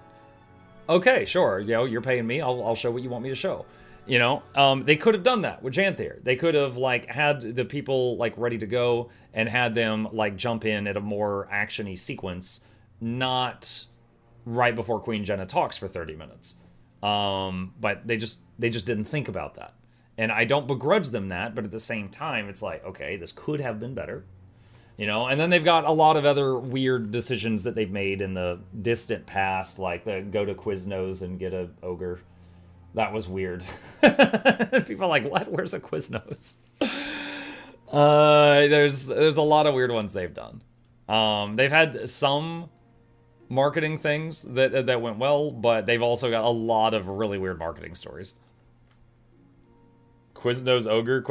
Yeah, I call it the Quiznogre. Hang on a sec. They had a thing where, like, you go to Quiznos and order a sub or something and ask for a Guild Wars code, and they would give you a code for one of these guys. Someone sent me one. But there was so many Quiznos employees that had no idea what Guild Wars 2 was, and they were just, like, giving these cards out, like, you know, stacks at a time because they didn't know what the things were. You've been wearing that hat for years, man? I wash it. Like, it's symbolic. People recognize me by the hat. At least the SAB ad with Ritlock was funny. Yeah, I would say that was a good ad. Because it was silly and they leaned into it. That was a good one. What new classes has Muck tried? The Ritualist. Here, hold on a sec. I can just show you. Give me a sec. Okay. These are what I have tried. Chat, I'm gonna be honest with you guys. I've got a pounding headache right now. I'm gonna get some Excedrin. If you guys will give me just like a minute or two, I'm gonna get up, I'm gonna get something to drink and get something for my head and see if I can just quash this right now. And I will be back in like a minute or two.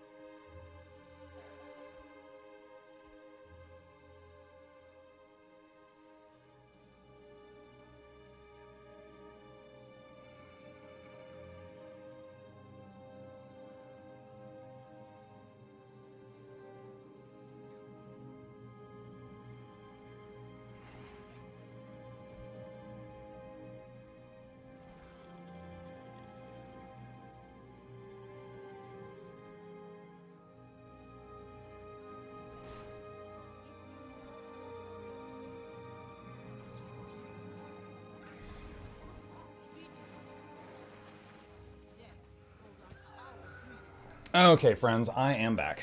All right. Let's see. Is the Steam Twitch drops broken for Guild Wars 2? Is the Steam Twitch drops? Not that I know of. Let's ask the chat. So, chat, I am not on the Steam client. If you got the Twitch drops from the current drops campaign and you have a Steam Guild Wars 2 account, did you have any problems? We've got someone in chat who would appreciate a response on that.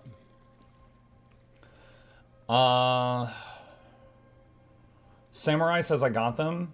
Wilbur says I got 2 of them. Siddiq says I can't get them. Okay, so Wilbur took Siddiq's. Okay, so it's working for some people.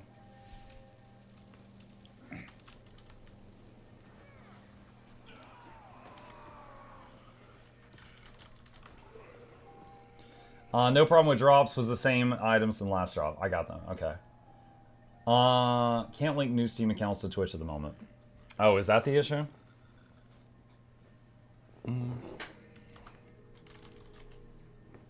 Can't log in with Steam to ArenaNet, okay.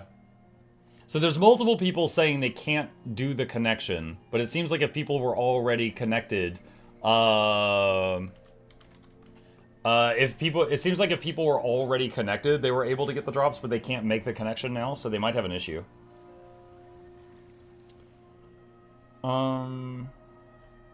Tell you what, hang on. There's not a lot I can do about this, but there is... oh shoot, oh, sorry, I'm getting messaged by Makeship at the same time. Sorry, to clarify, I meant a week after I finished the commercial at the earliest. Take the time you need and let me know. Okay. Alright, let me go to the one person I can contact at ArenaNet and just say, like, hey, in case you guys didn't know. In case it hasn't been reported, I have a lot of folks at live stream right now that are Steam players who are saying they cannot connect their... What is the connection that's not working? I want to make sure I say this right. Hang on, I'm scrolling up to read the phrasing again. Can't claim can't connect to the website via Steam. I can't link new Steam account to Twitch. Can't sign into the ArenaNet website with Steam account. Can't log in with Steam to ArenaNet. Okay. They cannot log into the ArenaNet website with Steam accounts to get the drops. Nor did I have a lot of folks on live stream right now saying that they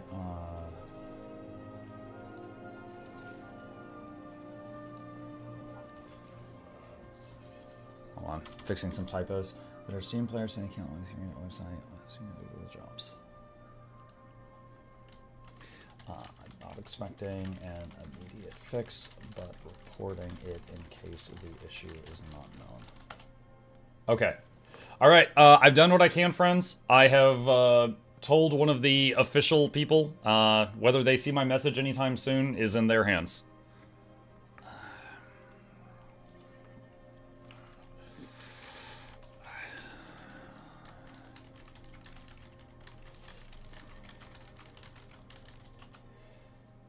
Okay. All right. Now you're done drinking tequila. Take a look at Lost Soul Aside. Oh my freaking god. Okay, hang on. The weebs. Even I, as a weeb, I'm looking at you and I'm like, weebs.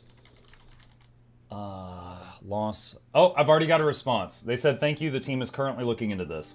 Okay, so either they already knew about it and they were looking into it, or they are now looking into it. Okay, Lost Soul Aside. $60. Okay, hold on a sec.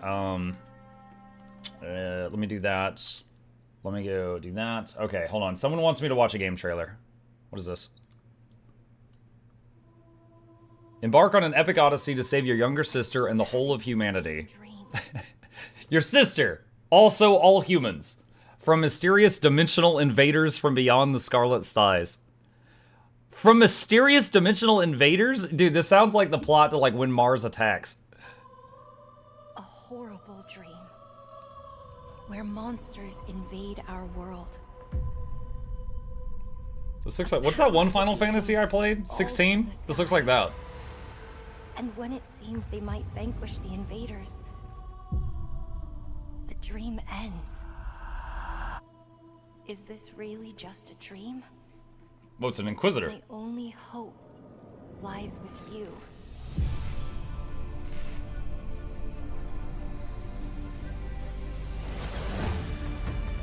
Come, Kaiser. We will travel across worlds, leap through dimensions, together.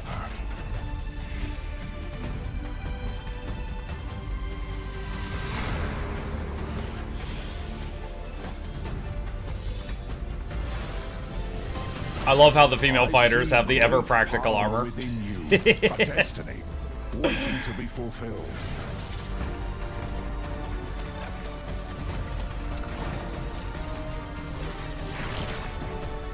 Let me be your vengeance. The blade in your hand.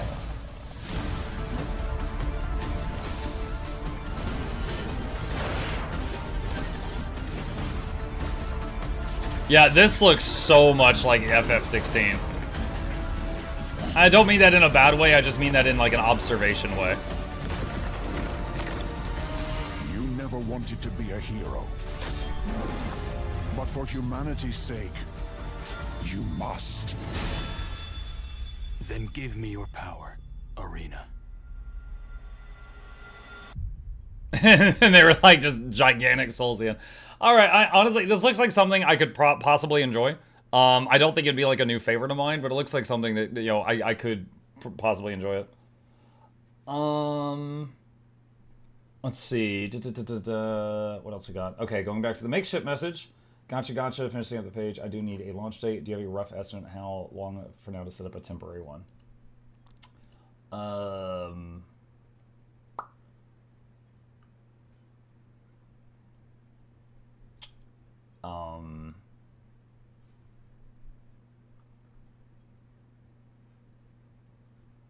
gosh, let's see. I'm going to be in Seattle August 29th, as it was.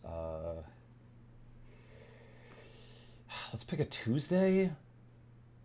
This is supposed to be tentative.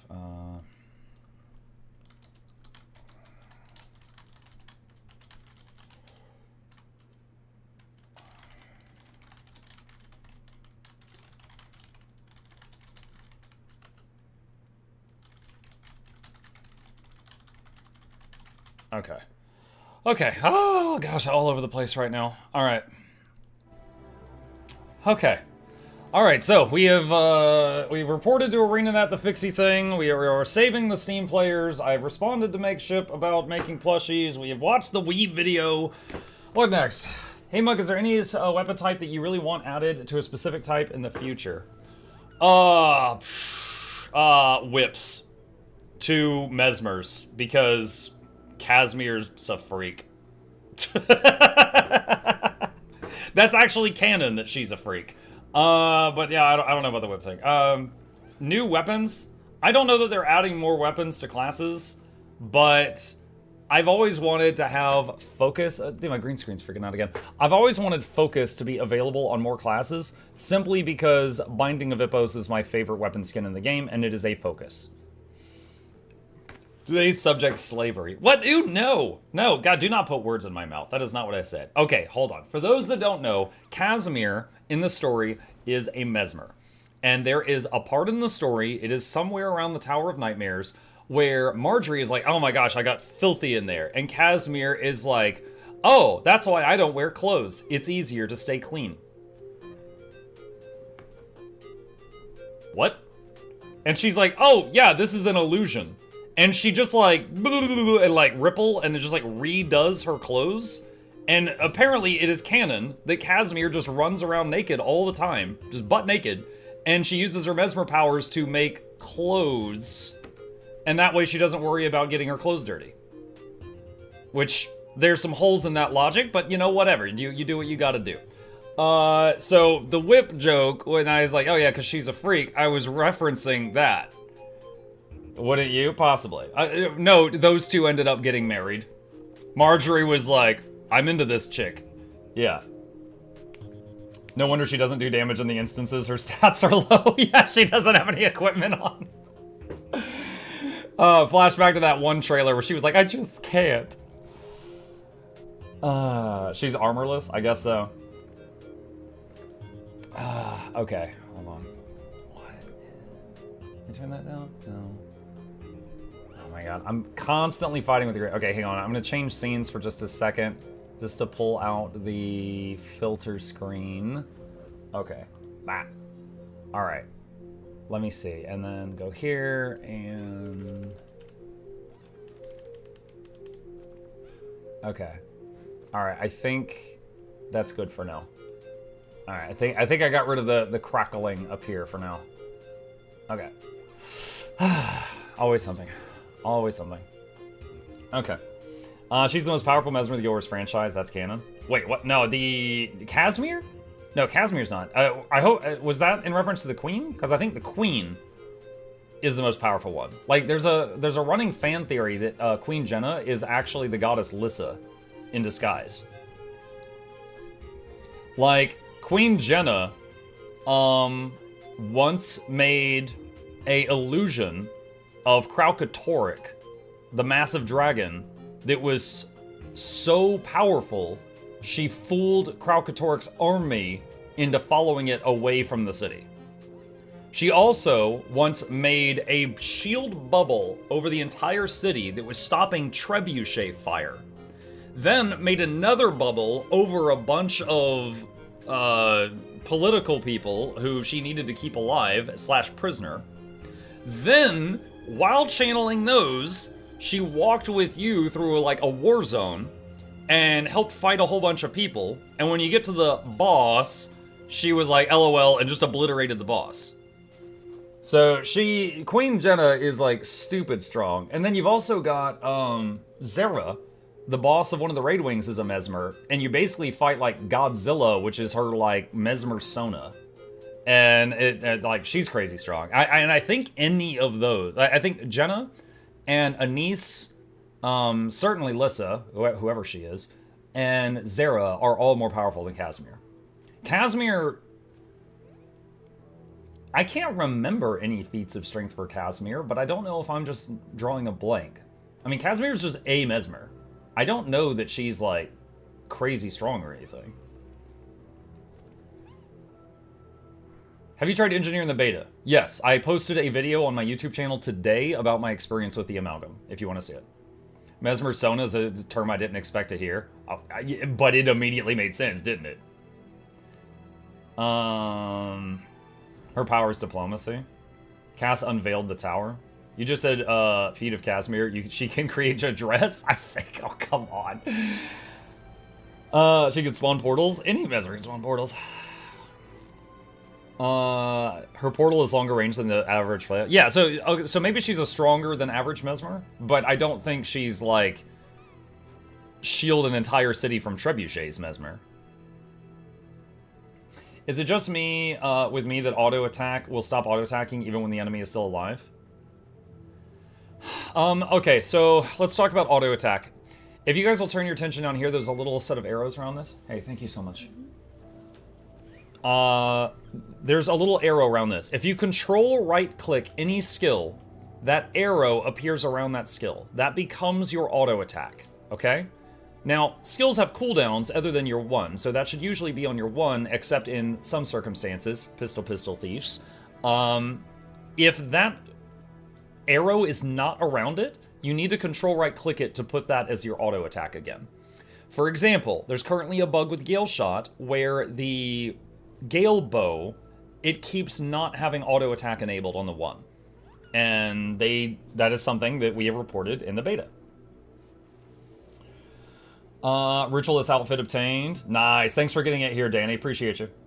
I've been playing the game for 5 years. I had no idea about this. To give the newbies an example, there is a build for Thief called Pistol Unload, or PP Unload. And when you have a pistol and another pistol on a Thief, the 3 skill becomes Unload, and it goes... And with the right build, you can do that infinitely. So in that unique situation, you can control right-click the 3 and make the 3 your auto attack. And just forever. and mini bullet, 30k DPS, and you can go AFK. All right, it's one of the best low intensity builds in the game. That is a rare situation where you would take the auto attack off of your 1 button, because they can just run that. Chat, my wife was kind enough to bring me lunch, so I am going to eat some hot dogs while I continue to chat with you guys. Cass has portaled and told us people are lying for the most part. Don't forget that time Jenna executed a bunch of people in public by pointing her finger at them and exploding their brains. When was that? I don't doubt that she did that, but I can't remember when that was. Very kind of Miss Muck. Yeah, when I went up to get the Excedrin, I was like, hey, do you mind getting me some lunch or something? She's like, yeah, sure. What is a superior hot dog condiment? We've had this discussion before. I'm a very simple man when it comes to my taste buds. My taste buds are that of a child that enjoys chicken nuggets, okay? I am happy eating a plain hot dog. I'm happy eating it with ketchup. Do not get mustard anywhere near me. Please keep the mustard away. I do not want that.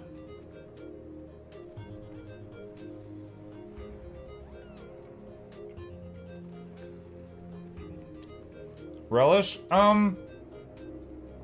I think I would eat relish, but I certainly am not ever going to request it. Like, if I'm just paying for it with my own money, I'm not going to ask for relish. Onions? I would eat onions. I'm okay with onions.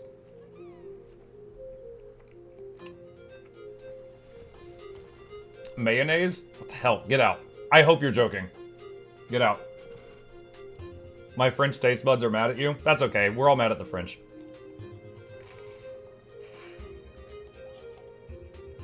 Charmon, I see you hitting all my filters.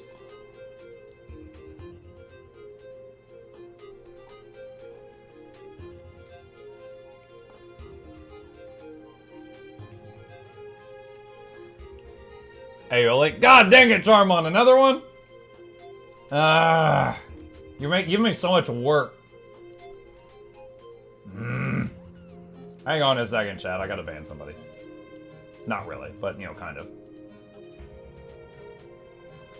I hate how many screens I have to click through to add more Charmon words to the ban list.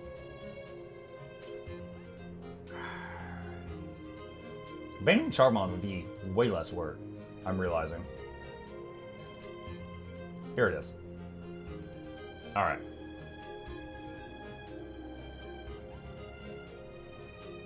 The Charmon list? Yeah. Are you excited for the upcoming Warhammer 3 DLC? Yeah. I have,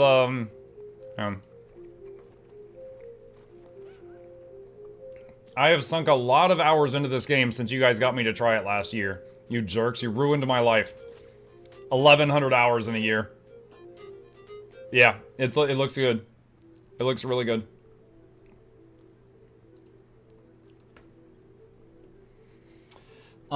Just to expand on the auto attack conversation, if your character's out of range or not facing the target, it won't trigger. True. Also, if you enter action cam, it stops until you get the associated keybind. Oh, I haven't used action cam in years, and I don't have a keybind for it, so I definitely haven't been experiencing that.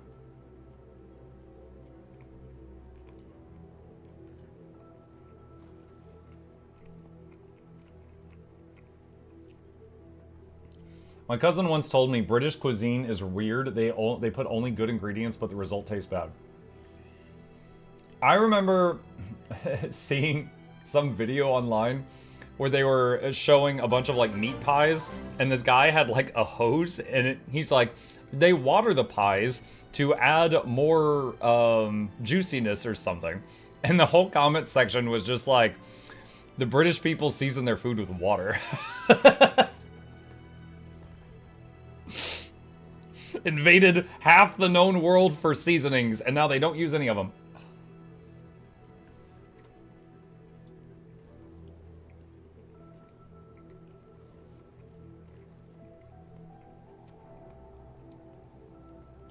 I recently wanted to get into Zelda and realized it's console exclusive. Maybe I'll go Warhammer instead. That is quite the jump. Can't play Zelda, decided to play Warhammer. That is quite the jump. I will say, I have greatly enjoyed Total War Warhammer 3. I just showed I've got 1,100 hours in it in the last year. It was really fun.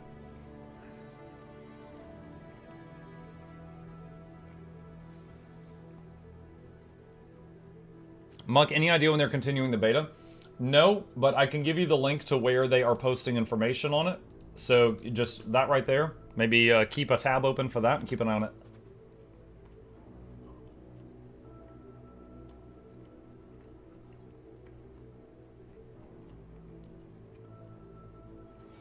Muck, have you played any JRPGs this year? I don't know.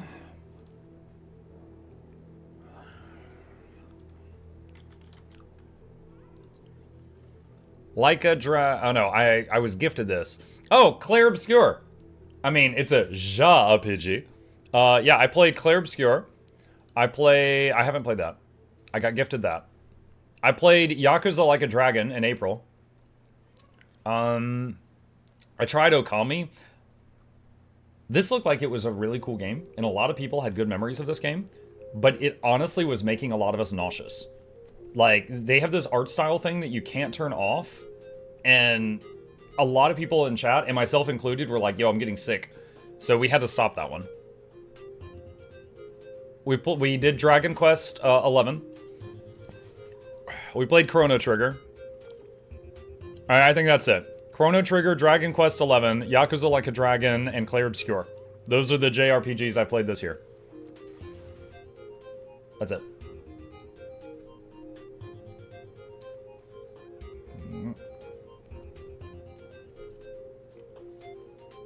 Have you played Metro? No. You played Bug Fables?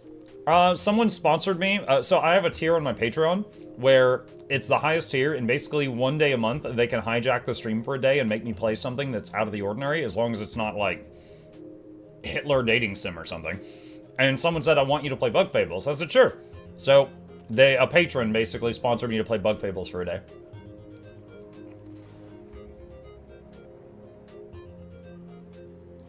MT says, hey everyone, I want to let you know, if you don't already, this is what I am broadcasting in game. Copy the waypoint code and paste it to chat. Huh? Oh, the Pack Supply Network agents are selling a rare recipe. Okay, thank you, MT.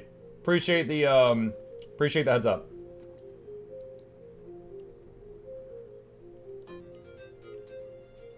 Hitler dating sim? I'm not even joking. It exists on Steam. No, I'm not pulling it up on stream. What recipe was it? Plate of spicy herbed chicken. It is one of the recipe used in the legendary backpack.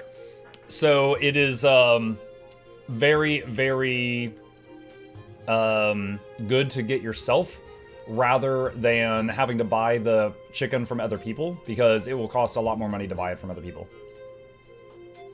What stats does it give? Doesn't matter. It's used for feeding the legendary backpack.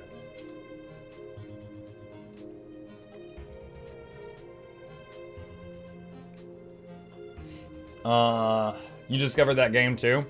Dude, I talk with so many of you each day. You guys find weird stuff and share it with me. I have a lot of weird knowledge.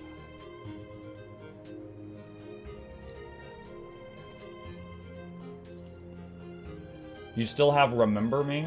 Wait, what?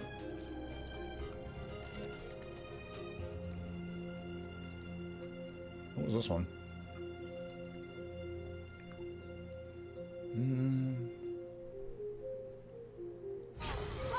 Can you hear me? Yes. What is your name? Nilin. Who are you? I'm the voice you have to listen to if you want to live. The environment makes me think of Portal and GLaDOS. You have to trust me, sis. I literally didn't even remember that I had this at all. And this is Neo Paris. The enemy is memorized. Mix them. Get my memory back. Yeah, I would try this out. I would try it.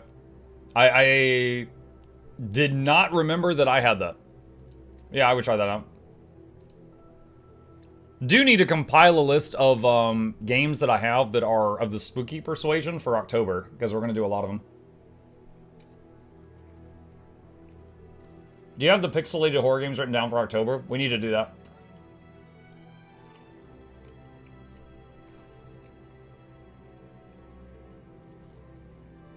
Datey says, Muck, if I use your link to buy the expansion, can I redeem it on Steam?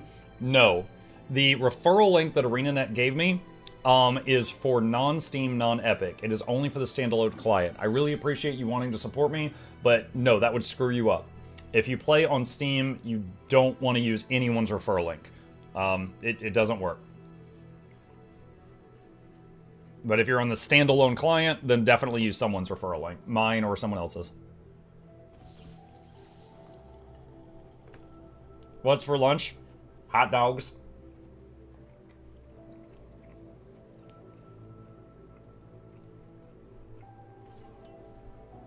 And I'm almost done.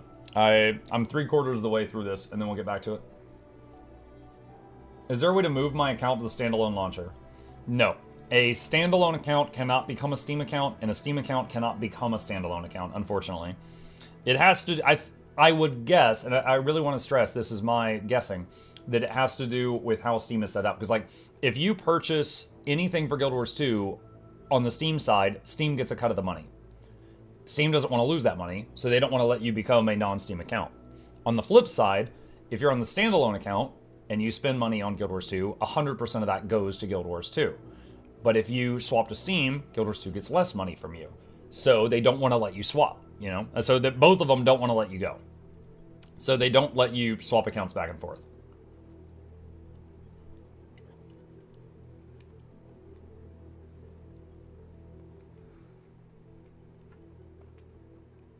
I use my standalone account on Steam Deck. Yeah, but it's not... Let me give you an example. If you're using Steam to launch the game, because you put it in the launcher, that doesn't mean it's a Steam account. So, like, if I give you a Steam gift card, if you cannot turn that into gems in your game, then it's not a Steam account. Is standalone better? It's not better. It's just, so both of them log into the same servers and play with the same people. It's simply who's launching it and where is your money going. That's it. I would say the only time that you could say standalone is better is like if I'm doing a giveaway. Like tomorrow, I'm going to have a bunch of gem codes to give away tomorrow. They only work for standalone client. I don't know why, but that's the case. I have a bunch of gem codes to give away. I'm going to be giving those away tomorrow, and the codes just do not work for Steam or Epic. So yeah, for that unique situation, it would be better to have a standalone client if you win the giveaway. But most of the time, it doesn't matter. Most of the time, it doesn't matter.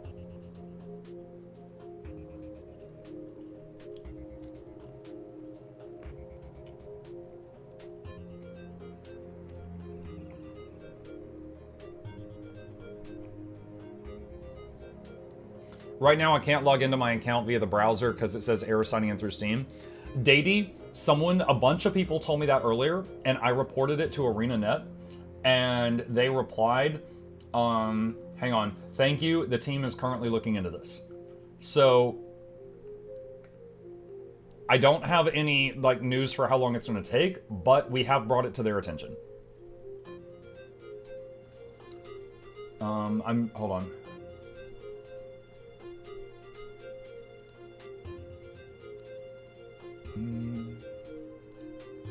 Wait, what? Sorry, just a sec. I'm seeing if there's any new information here. There's a lot of conversation happening in this channel that I'm reading.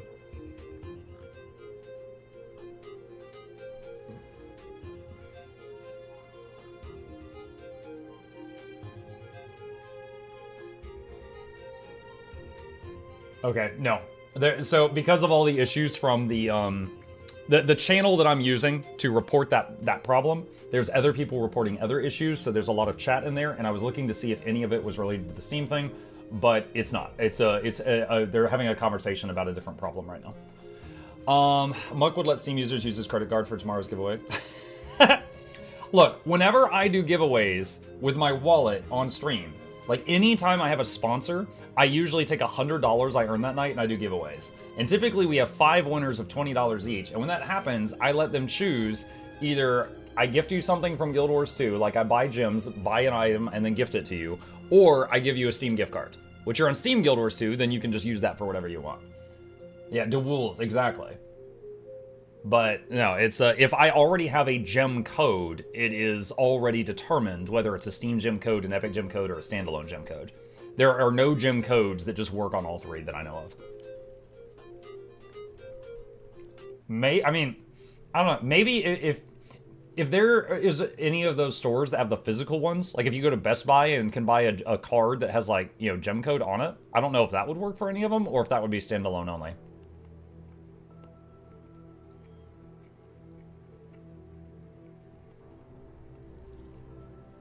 What mods do you use? I'm using two. Arc DPS, which just lets me see my own damage so I can try things, and Blish HUD. But Blish HUD is an overlay which has like 75 things in it, and you can turn any of them off or on. For example, here's all the events currently happening in game. Here's all my mounts on a wheel, and I can just mouse over anyone I want. Now, the zone I'm in doesn't allow you to mount in here, but I can just hit button, mouse over mount, release, and get on that mount, so all my mounts are on one button instead of 9 different buttons. I can't live without that one anymore, and so on and so on. If you want any of these, I've got guides to them on this webpage that I'm putting in the chat right now. Is the beta still down? Yep, it is still down. I'll give you a link to where they're posting information on that if you're interested. Last bite.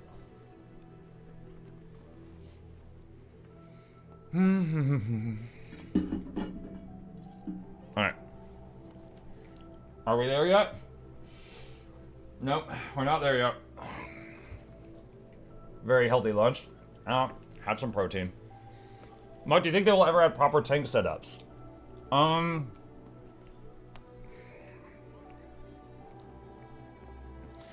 The thing is there are 28 raid encounters. Less than 10 of them, I think, you need a tank. And the thing is the way that this game works, there's no threat meter, there's no aggro table. It is simply, the tank is either a person who interacted with a mechanic, such as on Soulless Horror, you interact with a rune on the ground and then you are the tank, or person that has the highest toughness. Which is kind of a weird system. Why does the boss want to beat on the sturdiest looking person? But whatever. And example, Veil Guardian. Boss just chases whoever has the highest toughness. That's the tank. That's it. So will they...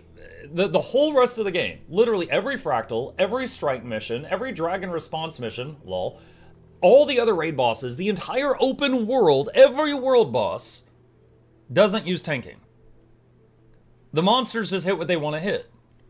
If they hit Bob, Bob has to be careful and everyone else hits it in the back. If it hits Sally, Bob can move back in and do more damage and Sally has to be careful. Whatever. And honestly, I kind of like it. The bosses seem slightly more intelligent than like in World of Warcraft when Onyxia is slashing at the same gnome with pigtails for 30 minutes until everyone kills her. You know, like the boss just kind of runs around and goes on a rampage and does whatever it wants to do. And I kind of like that. So if they were to add proper tanks, they would need to completely change the aggro system. They would need to add an aggro system. There is none. They would need to add an aggro system, like a threat table and stuff like that other games have, and this game just really doesn't have anything like that. So, to add proper tanks, they would need a tanking system, which currently there isn't one.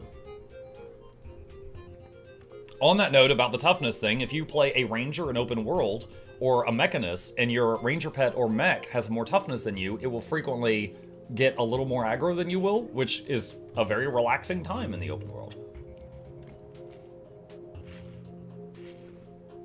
Isn't there already an aggro system based on toughness? We literally just talked about that. I'm guessing you just tuned in, but we did just cover that a moment ago. I just got to Living World Season 3, completely in love with baby Aureen. That's what I said! That's why I'm trying to make a plush of her. Oh my gosh. I'm still waiting on that one. Hang on a sec. Hold on. I'm going to show you guys. When I went to ArenaNet and I proposed doing more plushies, one of the first things I sent to them was, can I make a plushie of this? I guarantee you it would sell. Big stonks. But I'm still waiting on permission. Also Tybalt. Also Blish, and many others.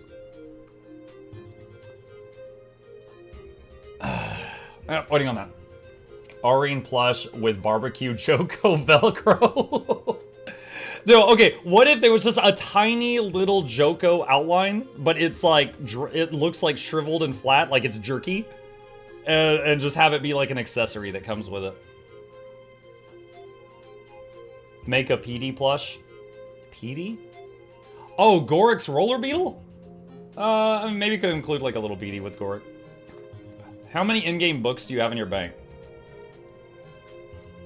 I mean, my bank isn't really organized. You're welcome to look at it. I don't care.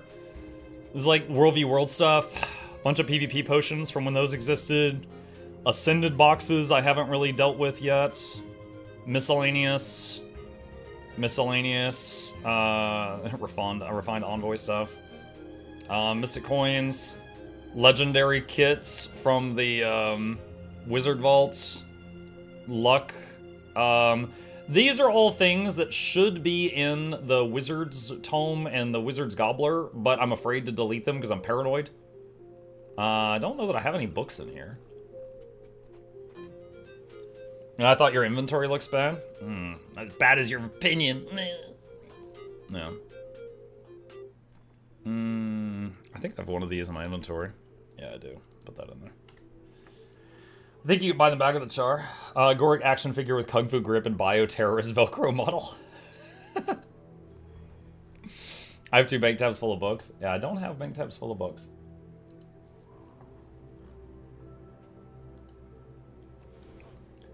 Let's see.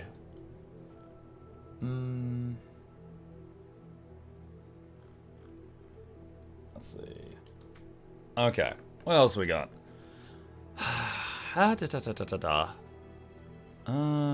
Dragonstorm is starting soon. Yeah, let's go do that. That's fun. Let's see. I'm afraid to delete them because I'm paranoid is my inventory all the time. Right? You understand. You get it. Need to outsource someone to delete stuff for me. You know, this reminds me of a short tale. Okay, chat. Story time. My wife and I played this game at launch of the game, okay? She wanted to play a human mesmer, so to start near her and play with her, I made a human engineer, which is that one human character on my character screen, okay? We played to max level. You know, it was right when the game came out, so everyone was pretty bad at it, but we had fun. We played to max level and got bored of the game and moved on and did other things. Played, I think, World of Warcraft or something, but I got a different addiction hit. Came back to the game many years later as a streamer. Wife was no longer interested. I came back, reactivated my account, and started playing again. And I was like, hey, honey, can I use your old account for the login rewards? At that period in time, it was before the Wizard's Vault, so if I log in on an account every day, I would get Mystic Coins and stuff, and then I could just mail them to my main account and just, it was free money, right? So, and she's like, yeah, I don't care. So I was like, hey, can you dig up your old password or reset it or something? So she does that, and I start logging into her account once a day.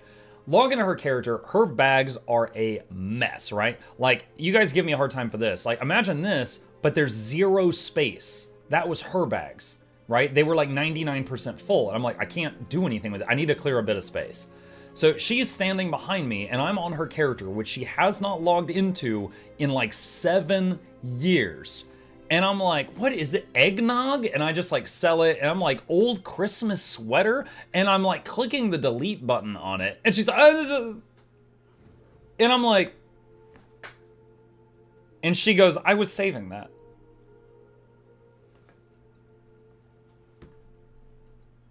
You said you didn't. Like, what do you mean you were saving that? You said you didn't want to play again. You haven't logged in 7 years, and you're about to get lippy with me because I deleted old Christmas sweater. Are you yeah, hoarder, exactly. Then I'm like, oh my god, get this eggnog out of here. Yeah, so you give me a hard time. It could be worse. It could be worse.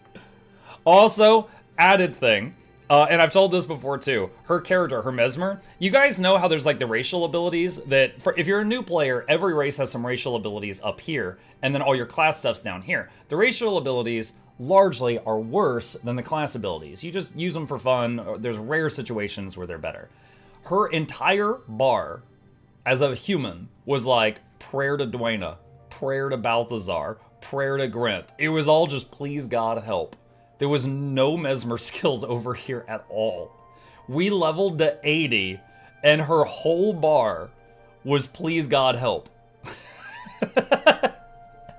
Like, she was a Mesmer in the loosest sense of the word. Like, she had the great sword, but that's it. And I was just like, oh my god, we were so bad. And like, I was like, I didn't even realize you were doing this, and you didn't know what you were doing. And we got to 80 like that. What were you playing? I think I was a turret engineer, because at that time turrets were actually goated, but they are not now. She was trying to be a monk, yeah. I totally have alts holding on to holiday stuff that I don't want to get rid of. Started at launch, took a couple year break, and came back. Yeah. Alright, let's see what's going on. Let's go hit Bram. Wait, am I early? Hold on. I was 1 second early, oh my god.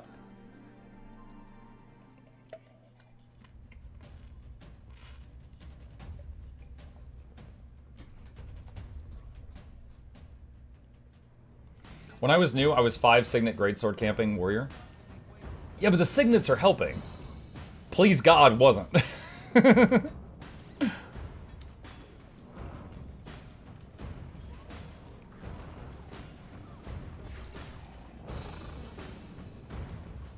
Chat, I could say some bad things about Iceberg Saga.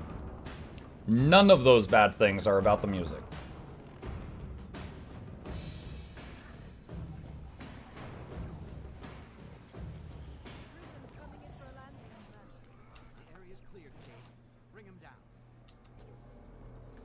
Mug, does your vision guide go over all the achievements needed for it? Alright, it's been a few years. I believe the vision guide says you need these items, and when applicable, I said you can get this item from either this achievement or from this PvP or World v World reward track. I tried to list every possible way to get every item on that list, but it's been a few years. You might want to double check it.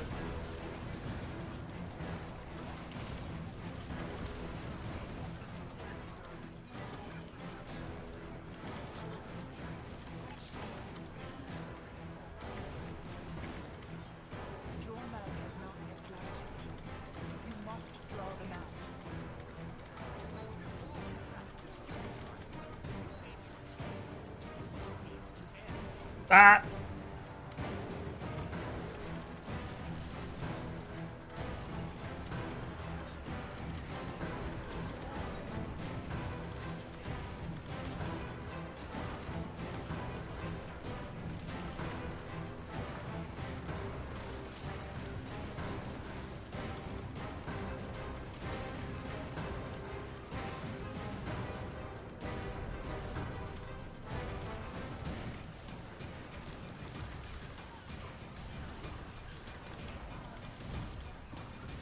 Latency's really good right now. I was barely able to squeeze out that stability stack before he did the knockback.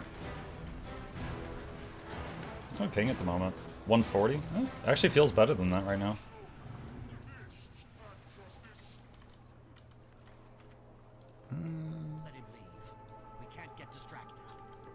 How much more time does the Try New Elite stuff have? So, Box, right now, there was a catastrophic bug, and they had to stop the beta. When they restart it, they said they will restart the time. So, like, originally it was supposed to go for 7 days from Wednesday to Wednesday. Whenever they restart it, we will get another week starting from that time because of the bug. So we don't know when it's going to restart yet, but they did tell us they are going to extend it accordingly to make up for what we lost. Muck of luck, hello. What up, Dennis? Hello.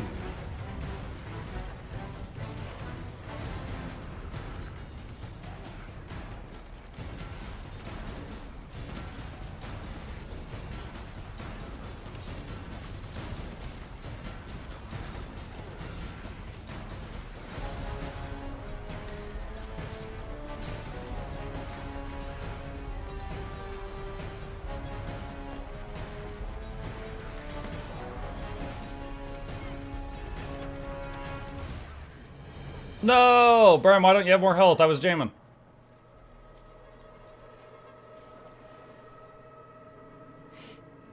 Thank you, Muk. I've been very sick. I've not been well enough to play. Just now started to feel better. Oh, I'm glad you're feeling better. But yeah, the beta will restart once they fix it. We don't know when that is going to be, but then we'll have like another week. Does the IBS music include Ballad of the Soul Keeper? Oh, from Metal Legion? Dennis plushie win. I'll scar you guys.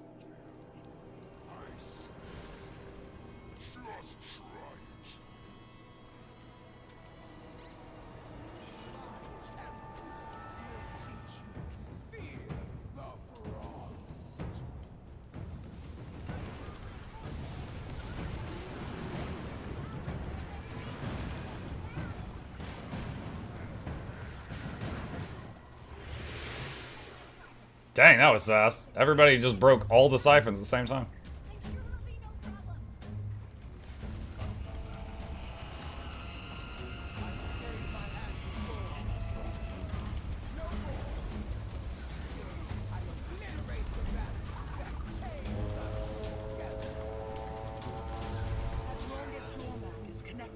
Mark, what's your favorite mace skin?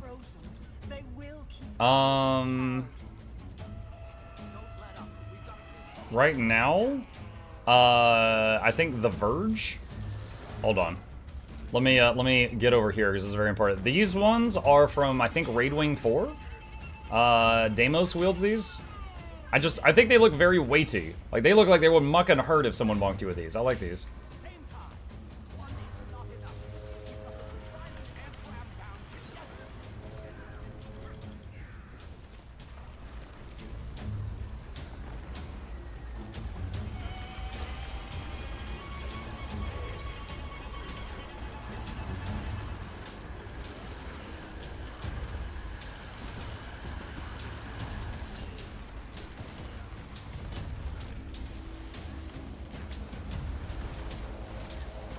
Ah!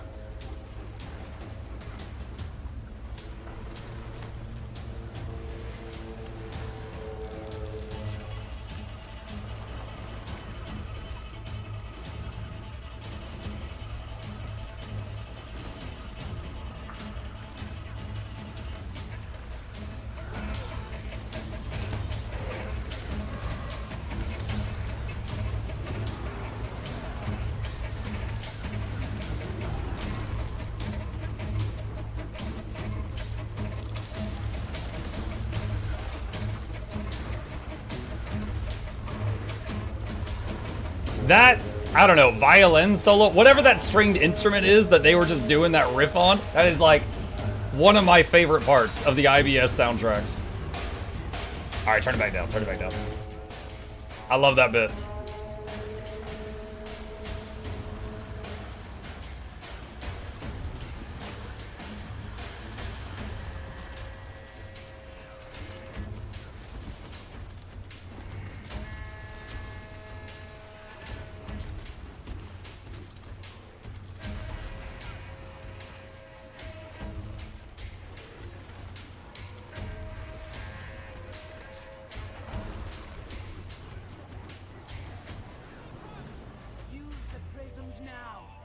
Probably a cello? Maybe. I don't feel like I have an ear for it. I could just tell it's a stringed instrument and someone is doing something with it that makes my brain make the happy juice.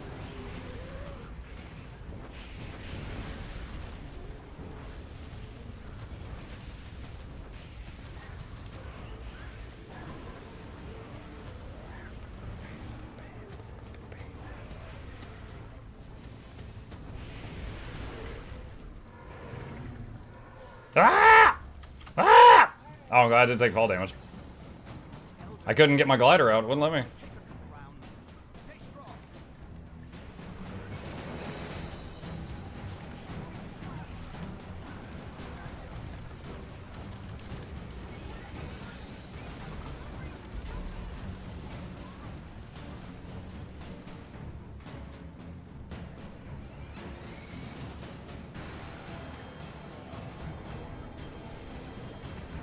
Is that one handled?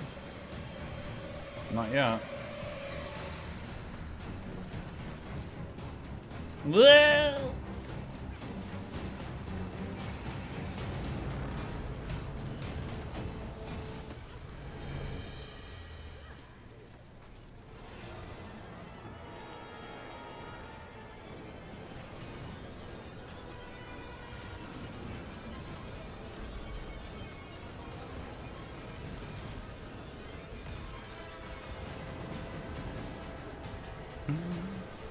Is the beta open again? It is not open again. ANET is still trying to fix it. Mug knows the Guild Wars 2 will be released, but he will not tell us. Mwahaha. I am keeping the release date of the new deck-building, roguelike, souls-like, looter-shooter extraction game all to myself. Mwahaha.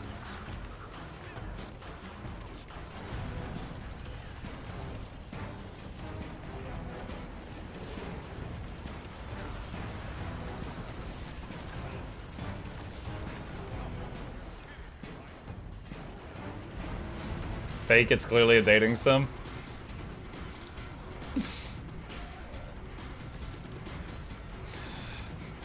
The big twist is you play Canuck and you can date literally anyone because no one can resist Canuck.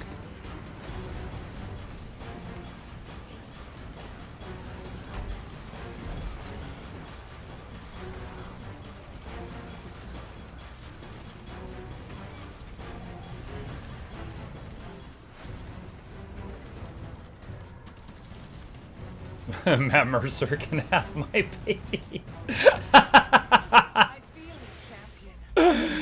That escalated quickly. It's time to boop the snoot.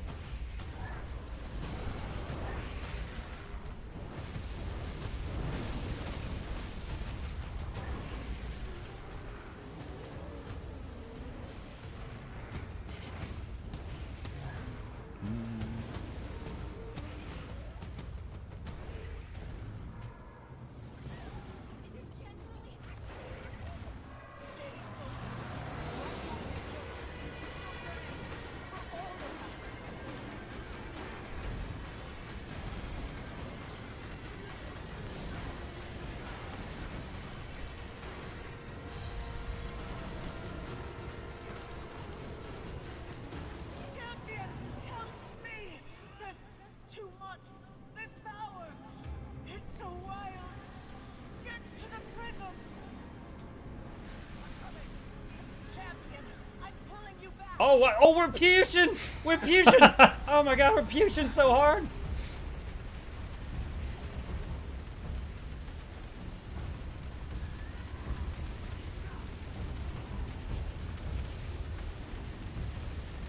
Time for Sweet Home Alabama. Meow, kiss.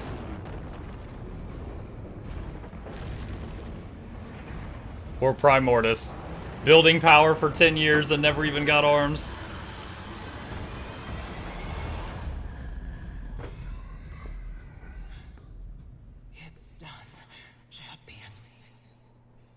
I kind of want the mug driving overlay as a regular reward. Oh my god, you don't need that.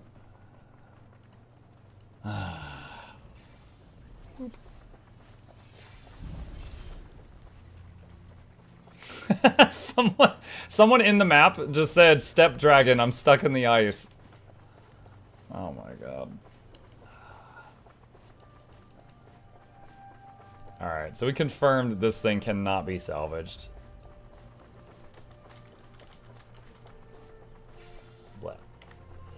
Alright, no more mistakenly equipping that.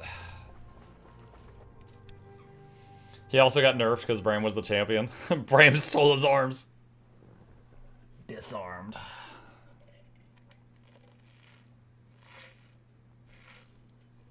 That was a nice beat during the boss fights. Dude, there are some fights in this game that have amazing in-game music. What is the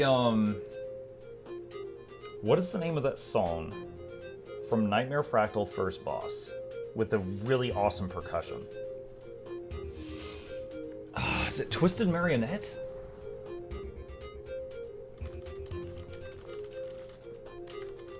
Give me a sec.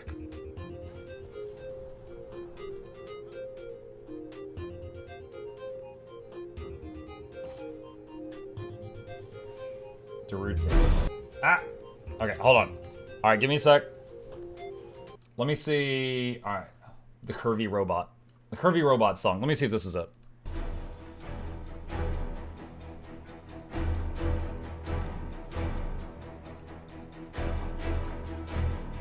This isn't the part I'm thinking of.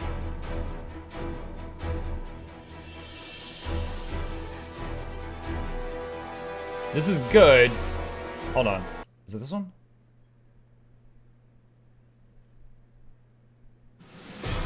This is it. This is it.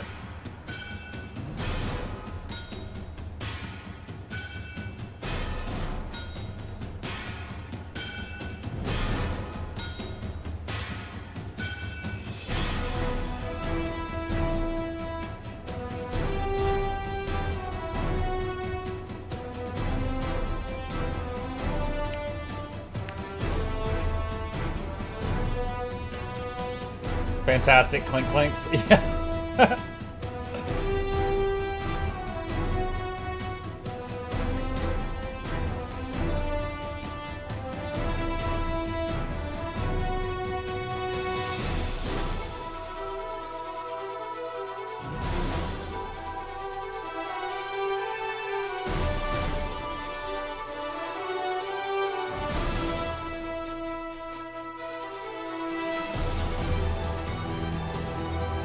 Okay, so another one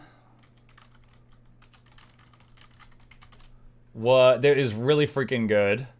I have no idea what that is. I believe it's this one.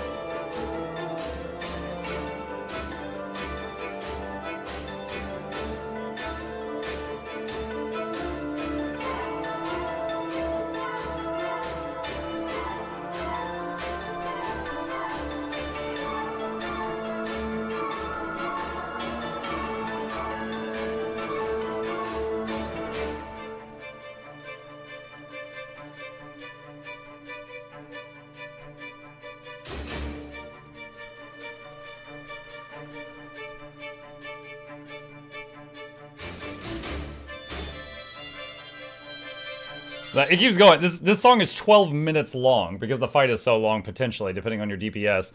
Yeah, that's Twin Largos, which is a specific raid boss, and this music only plays during that fight.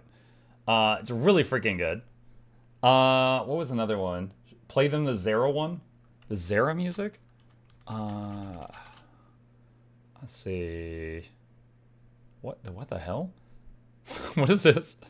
I think this is it.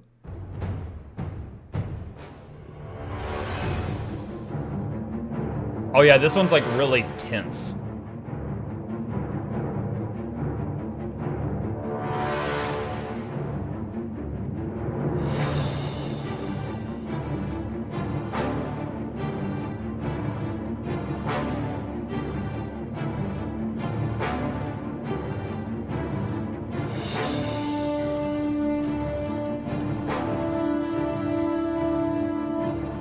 Steel Team 6? What is Steel Team 6?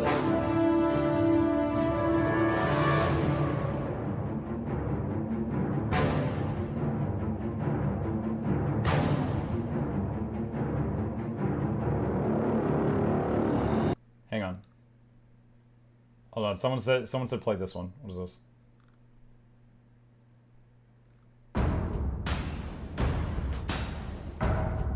What was this one? Is this from Forging Steel?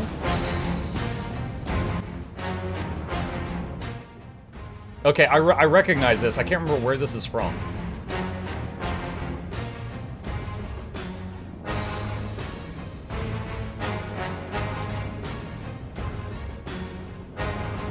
It's the South Drizzlewood meta? Gotcha, okay.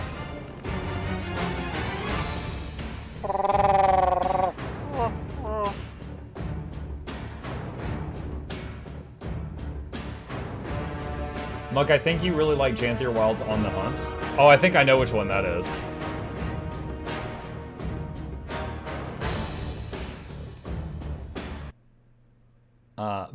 What?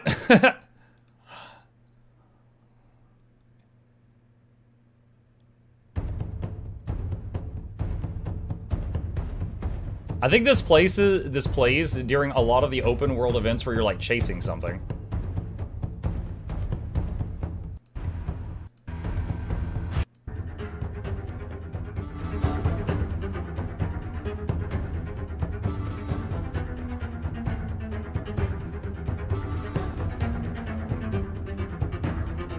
Caught nothing. It came up when I typed in this in the search results.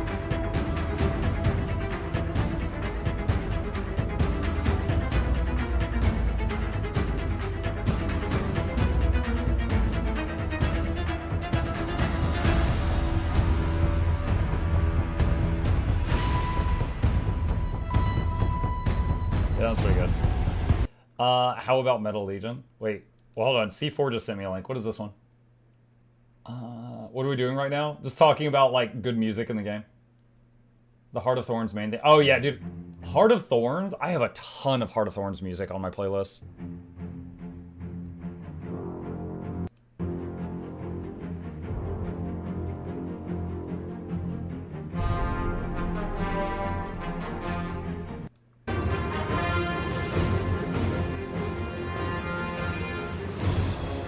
I see more than this one. Hold on, Gilbert's 2, Morgan Moth, music. Where's the Morgan Moth one? Is this it? Hang on.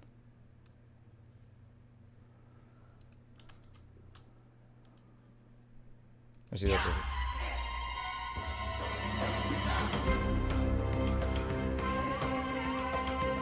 Yeah, this is one of them.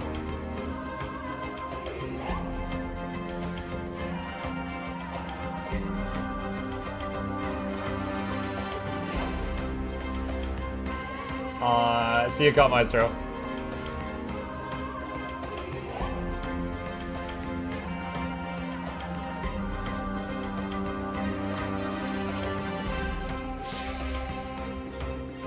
I'd recommend the Dragon's End theme, but we aren't doing that again. Oh, I think they fixed the DMCA thing with that, but yeah, that was a nightmare for a short time, for sure. I've been missing out because I play with the music turned down with something else going. I mean, I totally get that, but yeah, this game does have some really good in-game music.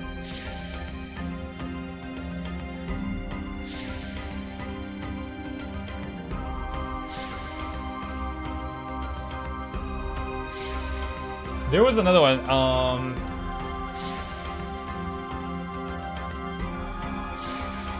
what was the...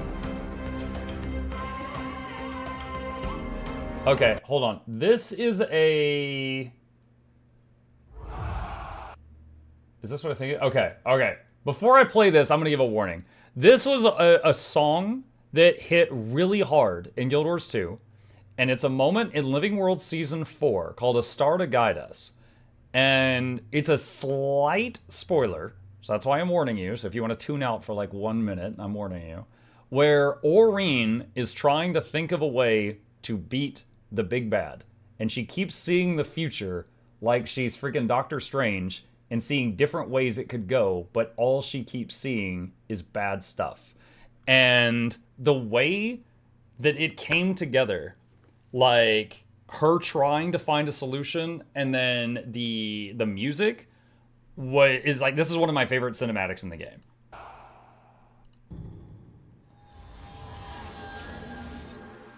So there's Aurene.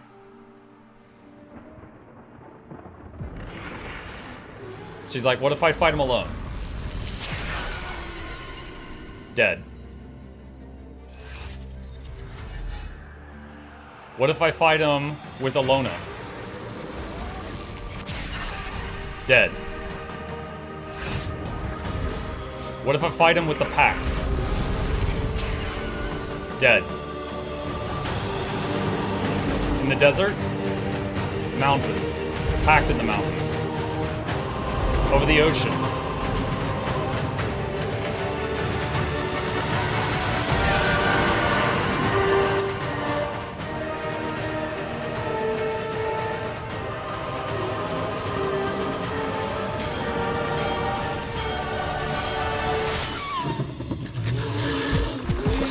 And then she gets one hell of a nosebleed. But dude, that whole... Oh my god, dude. I still...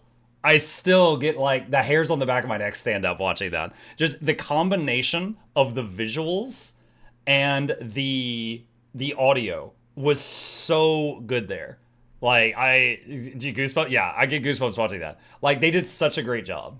They did such a freaking great job with that one. So that's one that I have like very high praise for. Crocatoric, I've come to bargain. Yeah, basically. Basically. Bug in the System trailer is pretty nice. One of the View songs really stuck with me is the Sands of Chaos from Path of Fire. What was that one? Hold on. Yours too. Path of Fire, Sands of Chaos music. I don't remember this immediately. Let me see if I recognize it.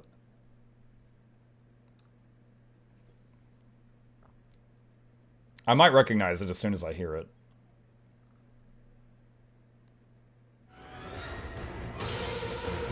Oh! Yeah, this is in one of the Raid Wings, isn't it?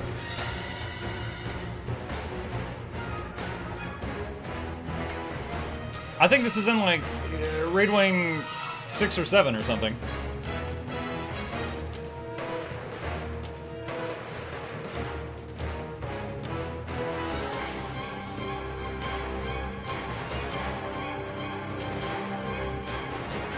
This plays during bounties. Is it the bounty music?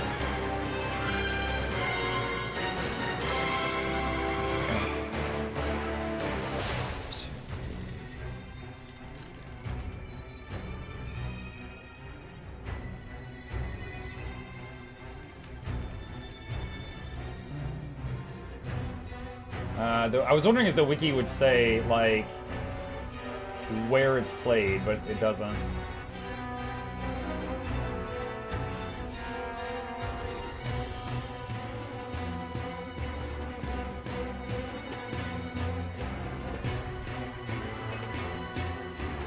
It's good though. Yeah, this is a good one. That is a good one for sure. Another one I really like is pretty much goes to Heart of Thorns combat music. Sabbatha. Sabbatha's is really good too.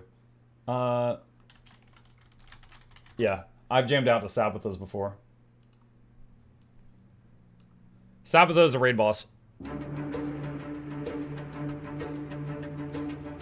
She's a chick with a flamethrower.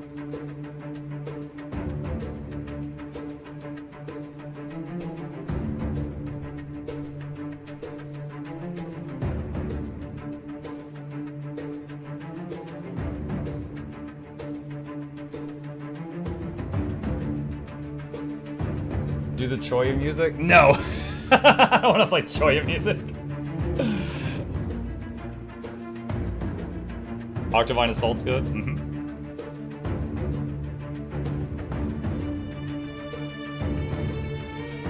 Did you ever see the third version of Fear Not This Night? Not the Joko or the original? I don't know. Why didn't my engineer's flamethrower have a one-shot kill mechanic? You're not as good an engineer as she is. She's one of my favorite raid boss. This is very adventurous music. Chai Sanqua. Let's see. Wait, hold on. We got a new blood in here. Oni Drowning says, I'm trying to find a good MMO like Mortal Online 2, but with more customization. What's up, Oni? I've never played Mortal Online 2, so I can't really compare our game to that one. But if you have any questions about Guild Wars 2, I'm happy to answer them. We were just having a conversation about the soundtracks in the game. What was the other one? Let's see. Did you ever see the third version of Fear Not This Night? Parabellum Time? What was that? Guild Wars 2 Parabellum.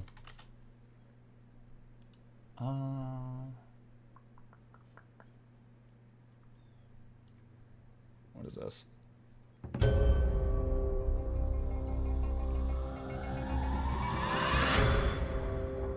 Sounds like... Oh, yeah, it's right in front of me. I was about to say it sounds like an End of Dragon song, and then it's freaking in the thumbnail.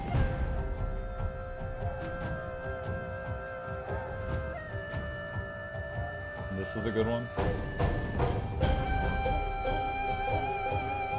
I will say... I definitely... Is this the one that does, like, the shriek pipes in a second?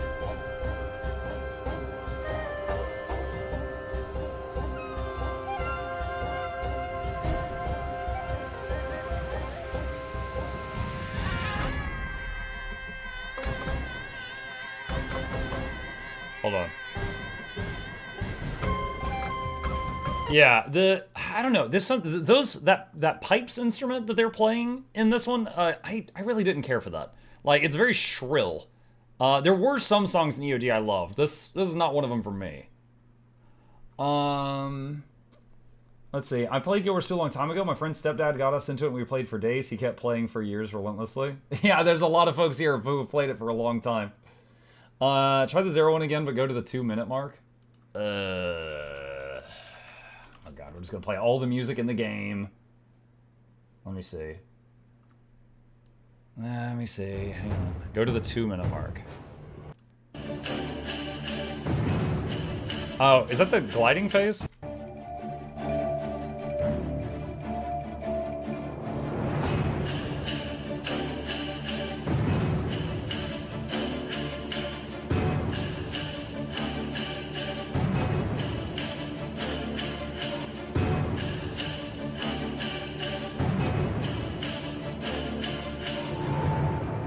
Yeah, it's good.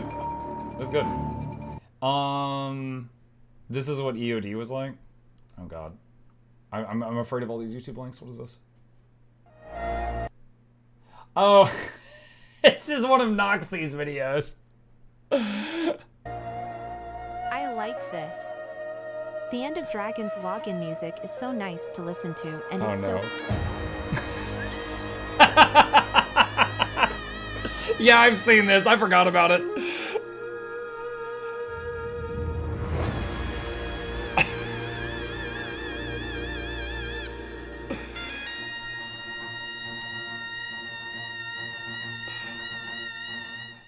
Oh, man.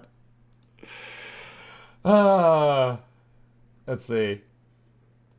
You know, one funny thing I'll share with you guys. Hang on a sec. Let me see. Sort by date. Search for the word spears. Okay, some of you may remember I got sponsored before Janthier came out to do a video on their, that was like promoting spears guild that were coming out. And I did the video, and the first half of it, they gave me complete artistic freedom for this. It just had to be PG. And so the first half of it, I talked about like, you know, nerdy math stuff.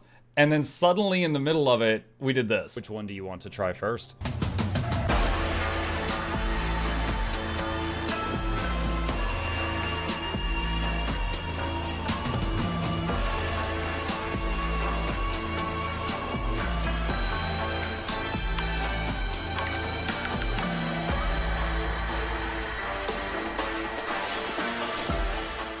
So, me and Noxxi had a lot of fun with this one.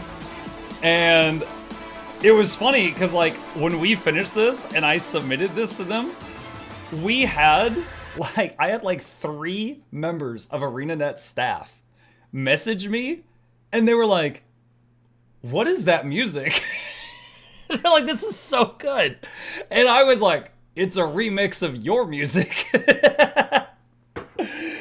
And like, I had so many people ask me about it.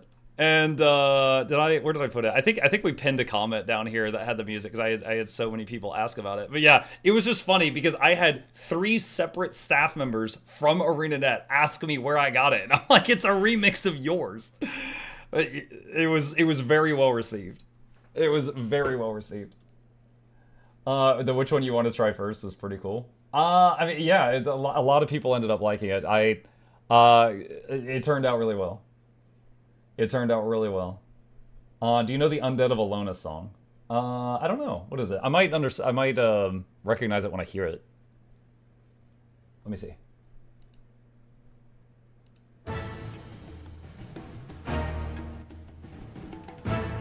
Oh, yeah, okay. I think this plays during a few metas or events in Path of Fire.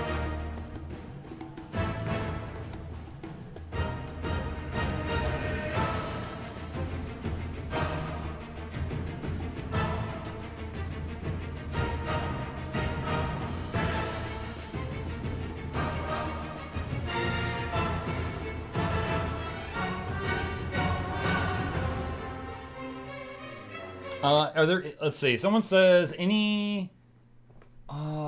there any spec you're excited to try once the beta comes back? Evoker. Okay, For the things I had a very high interest level in, the only one I haven't gotten to try yet is Evoker. Then there's all the other ones, and I'll try all of them, but that's the last one that I was really interested in that I didn't get to try. So when the beta comes back, that'll be like the first thing. Show them Sunqua. Sunqua's like a 20-minute fight. Which part of the song?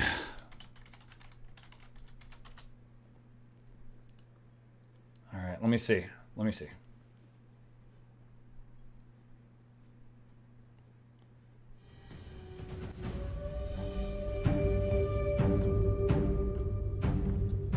Oh, they've actually got a GIF rather than just a still image.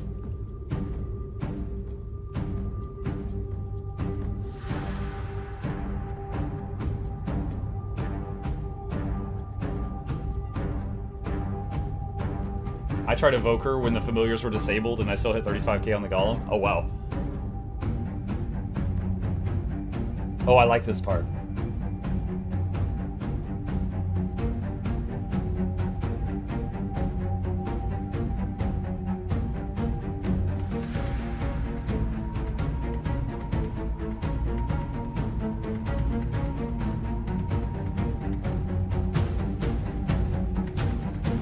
The percussion.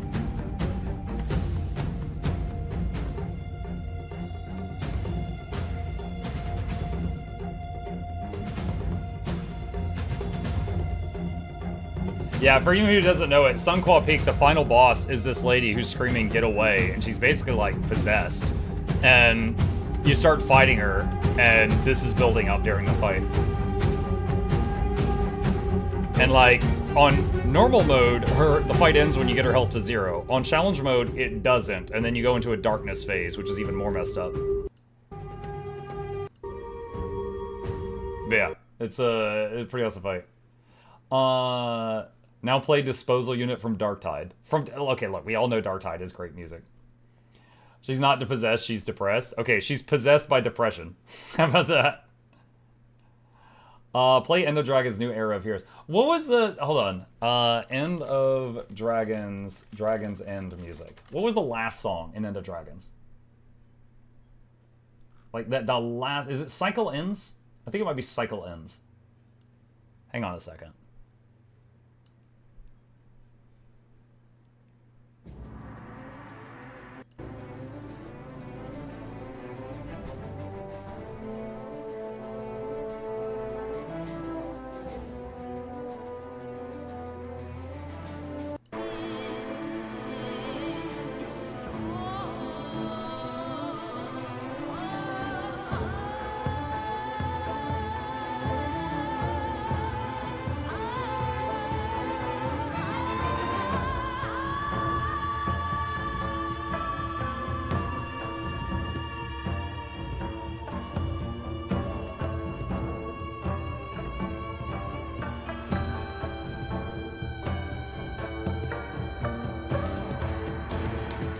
This part.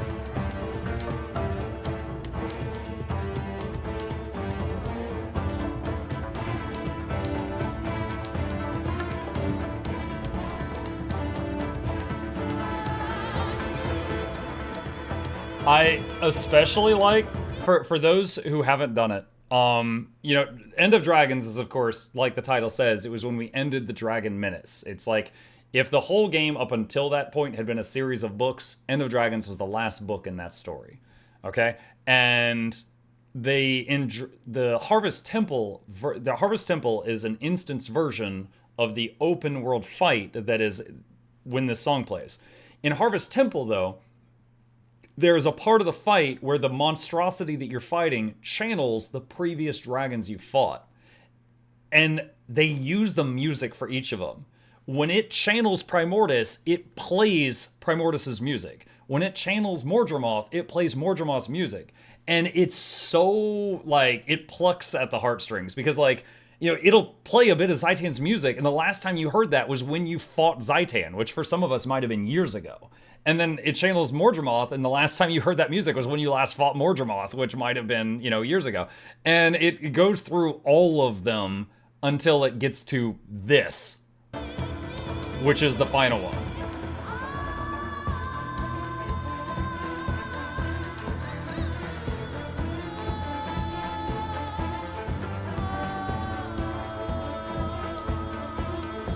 Also, in HTCM, the boss attacks are synced to the music. Yeah, it's really good.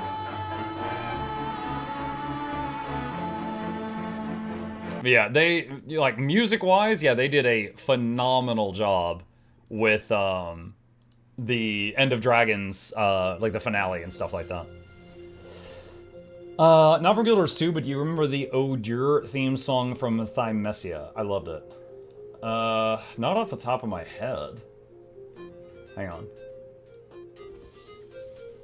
Let me just turn this back on. What are you talking about? Hang on a sec.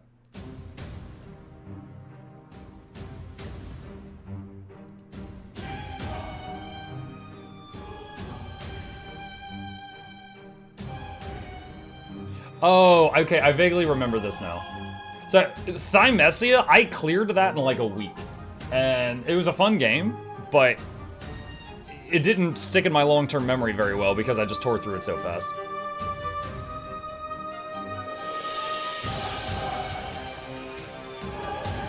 Yeah, so Thymesia was like a little Souls-like game, but it was fun, but it wasn't very long, and we cleared it in like a week or so didn't remember it very well. Cyberpunk 2077 has some insanely good music too. My favorite song in Cyberpunk was "Cause It Makes Me Feel Better." We jammed out every time that came on the radio. If you're a boss, what would your boss music be? Oh, I have no freaking idea.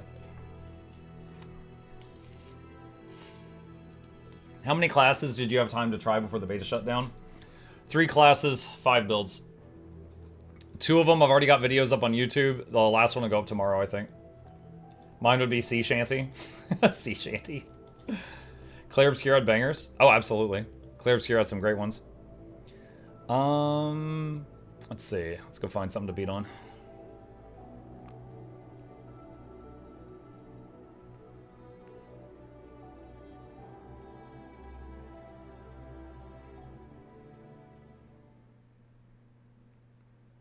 The Dragon Age Inquisition menu music. Main thing I remember about the Dragon Age Inquisition menu is like you would be at the menu and there's all the people like marching in the background, and then you press start game and they all explode because a nuke goes off, and that's how the game starts. Like the menu is part of the intro to the game, but you don't realize it till you hit start.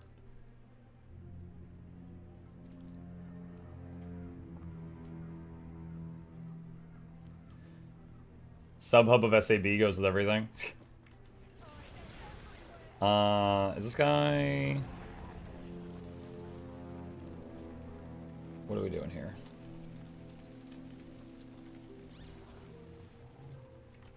Monk, do you like traditional or fast-paced Souls-like more? Can I get an example of both?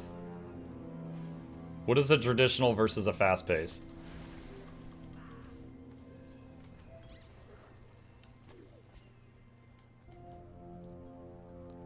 Dark Souls versus Kazan. Okay, so Dark Souls is traditional and Kazan is fast-paced. Dark Souls versus Sekiro. What? Okay. Alright, I would say first Berserker Kazan is probably my favorite Souls-like ever. And I think Lies of P is my second favorite. I liked Dark Souls 3, I liked Elden Ring, I cleared them. But I definitely liked those others that I mentioned more. So I guess I like fast-paced more, but on the flip side, I hated Sekiro. And Sekiro, if it's also fast-paced, you know, that doesn't mean I like all of them, I guess. But I think the thing I really didn't like about Sekiro is the lack of customization. Like, no matter how you wanted to play, you are guy with sword. The end. There's really no other way to do it.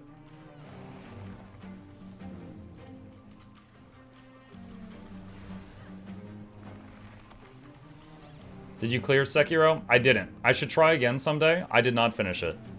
I got to, do you remember there was, like, I remember I beat a few bosses, including Madame Butterfly, the lady on the wires.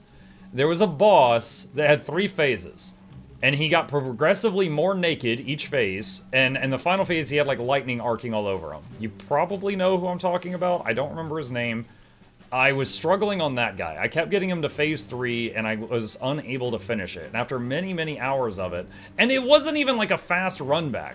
Like in Lies of P and Kazan, you can just immediately try the boss again. But anytime I failed on this guy, it was a long run back to him too, which also sucked.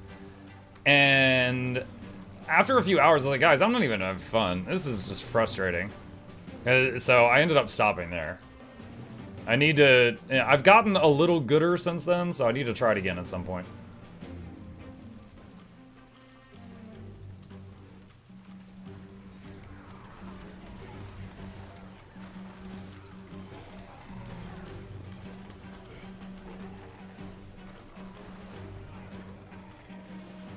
The problem with Souls franchise is their bad KBM controls. Yeah. I think Kazan was so responsive and had really good KBM controls.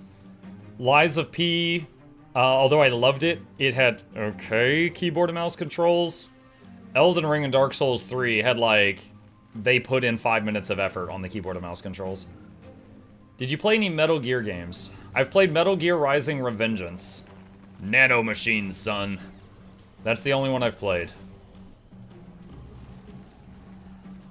Gooder? Yes, gooder. I parry gooder now. Something I have found out about myself is if you've got a game that's a Souls-like, and it has a parry mechanic, and it's like, you right-click, and your guy parries the moment you click, right? Like, on the input you parry, I'm decent. But if it's you click parry and your guy goes, and then the parry happens, and it's got like a 6 weeks shipping, I am terrible. Okay? Like, if it's one of those, I'm like, I guess we're relying on dodges, because I'm not going to ever get this to work. So, like, Elden Ring parry, Dark Souls parry, I'm no good. But, Kazan parry, Lies of P, sure, I can parry a 20-hit combo in those.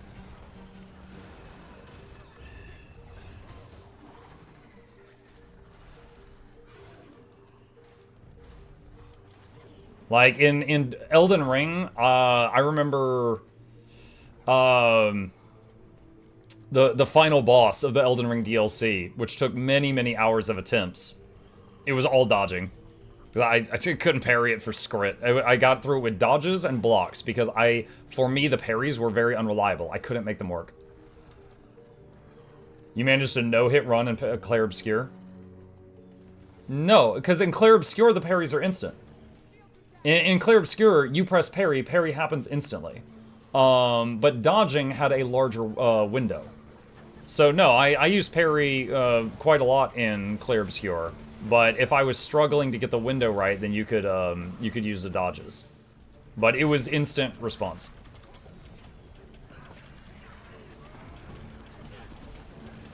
Yeah, I could handle instant parry decently. You know, I wasn't like the best at it, but I could do it. But then if it was like a long animation and a parry at the end of the animation, I was no good. Mike, there's another parry in Kazan called Reflection that you haven't used in the game. Yeah. I tried Reflection out, like once or twice, and I was like, I hate this. And then I stopped using it. Yep. It was a weird sequence of keys. It was like you had to press 3 keys or something to get the reflection to go on KBM, so I was like, nah. Typically, if there's a game, like my favorite controls for a game with a parry is like tap right-click to parry, hold right-click to block. Those are my preferred controls if I have that option. Because like at that point, I can do it very quickly. If it's like Alt-Shift-Q to reflection, I ain't doing that. Have you played Armored Core 6? Mm-hmm. Yep. Did a positive review on that game, too. I also beat that one boss that everyone struggles on before they nerfed it. It took me a few hours of attempts.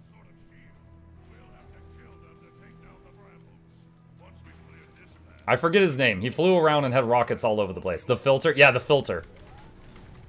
There's a video on my YouTube channel, and it's like Mukluk versus the filter or something like that. And it's like a montage of me dying to a beat. Noxxi had fun with that one. What's the cool-looking hammer skin? It is called Sledge of the Red Witch, and I honestly do not remember where I got it. So you'd have to look it up from there. Oh god, I almost died.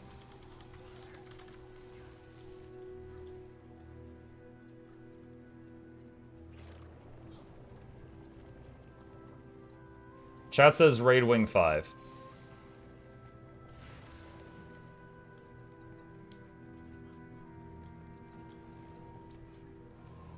Naturally from the Red Witch. Or from someone who fought the Red Witch. Are you going to play Silksong? Yes. I don't know if it'll be immediately, but yes. I played Hollow Knight, and I don't know how many DLCs Hollow Knight had, but I cleared the one that was like a circus or like a carnival or something like that. But yeah, I enjoyed Hollow Knight. I'll play Silksong.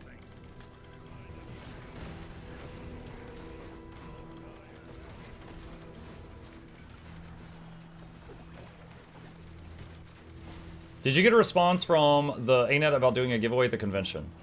I did. It was kind of a funny conversation. So basically, just so everyone's included in the conversation, I contacted, I tried to contact my contact at ArenaNet, and it kept being like, we'll get back to you, and it's like, okay, well, we're like a week out at this point. So I messaged Ruby, and I was like, hey, did you ever hear about this thing I proposed? So she's like, yes, did someone get back to you? And I was like, no. And she's like, oh gosh, I'm so sorry.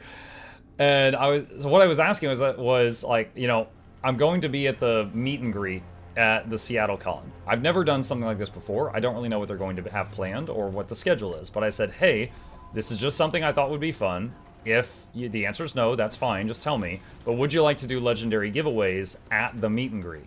Like, we you know, put names in a hat. We draw the names of some winners. I write their names down, and I mail them their legendary when I get home. And I can set aside a few for that. And that was the proposal. And then they said, that is an awesome idea. And Ruby said, I love the idea of having partner proposed activities. However, the Seattle 2025 event, every minute is already planned out, and we don't want to move things around. So, if you want to, she said, you know, maybe 2026 we could do something like this. And I was like, well, I don't know if I can afford to fly out there again. So, if I give you 2 more good ideas, you know, you can fly me out for 2026, and I can help make 2027 a good year. How about that? And she's like, oh, you would allow that? And I was like, yes, I would allow that. And she's like, how kind of you. So, long story short, they politely declined for this year because they're booked solid. But that gives me the freedom to do whatever I want with my saved up legendaries, so I'm giving them away tomorrow. So tomorrow, amidst the many, many things we're giving away, I'm giving out 2 legendaries tomorrow.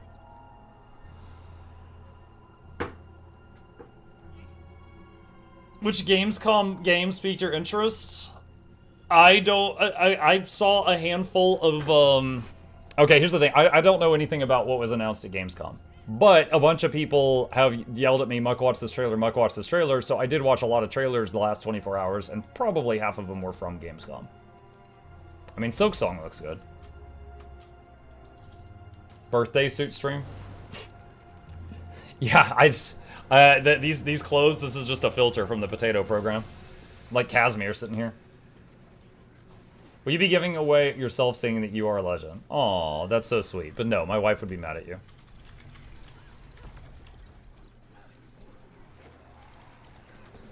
How do you feel about Ranger's Spear? That's fine. At launch, it was terrible. It's decent now. What time are you starting stream tomorrow? It'll be 12 noon to 12 midnight. It'll be a 12-hour stream from noon to midnight Eastern time. Will you be giving away your wife? What? Neoff, no. You can't have my wife. Get your own. Exclamation wife for a guide on getting a wife. Stay away from mine. Barry says, I'm planning on going to Dragon Con next year. Ooh, you know what? I live an hour from Dragon Con and I've never been. Maybe I should go. How to get giveaway legendaries tomorrow? Be here during the stream. I will occasionally do giveaways, and I'll be like, all right, everyone who wants to participate who's not AFK, type your name in chat, and then everybody spams for a minute, and then I just draw one at random with my giveaway bot. So if you're here and paying attention, you'll have a shot.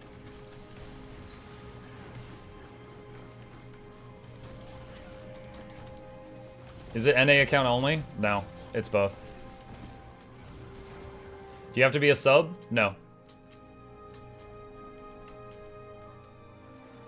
Usually when I do a giveaway, the rules are you have to be a Twitch follower or a YouTube subscriber, which are the free buttons.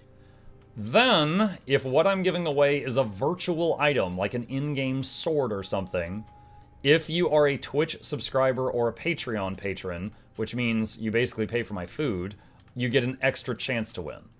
But it's not required, but they do get an extra little bit of luck because they literally make this show possible. But if the item being given away is like a copy of Visions of Eternity, which cost real-life money, no, but it's equal opportunity. Everybody gets one shot to win because of different laws regarding that.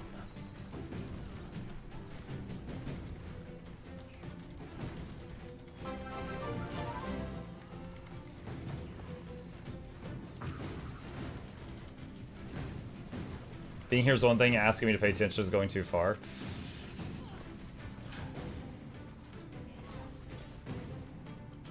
Helix, thank you for the prime. Are drops not updated? The drops are the same as last time. The whole point of this drops campaign was just for people that missed the last one to get a chance to get the stuff again. Like the ritualist outfit. What time zone will you be starting streaming tomorrow? It'll be 12 noon to 12 midnight. 12 hours total. Eastern time. So right now it's 2 p.m. my time. So 2 hours in the past, but tomorrow. Oh dang, I got ran over. Redrops? Yep, redrops. Dang. The Jade bot could not save me from these guys. That's okay. It's almost that time anyway. What is that EU time? EU has multiple time zones. I don't even live there and I know that. Look, I just said it's 2 p.m. here. Whatever time it is for you right now, go back in time 2 hours. That time tomorrow is when I start. Meh. Nima, thank you for the prime, Nima4. Appreciate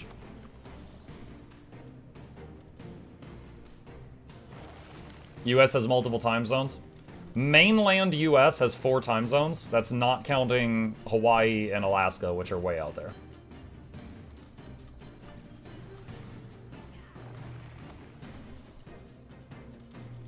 EU has multiple time zone. You sound like USA doesn't. That wasn't an insult or anything like that. Dude, there's way better insults if that's what I was going for. I was saying to the person who said, what time is that EU time, that I need more information to answer that. Because there's more than one EU time zone.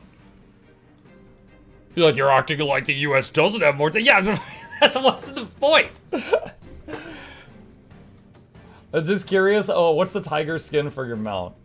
Plushy Warclaw. It looks like a stuffed animal. It's called Plushy Warclaw.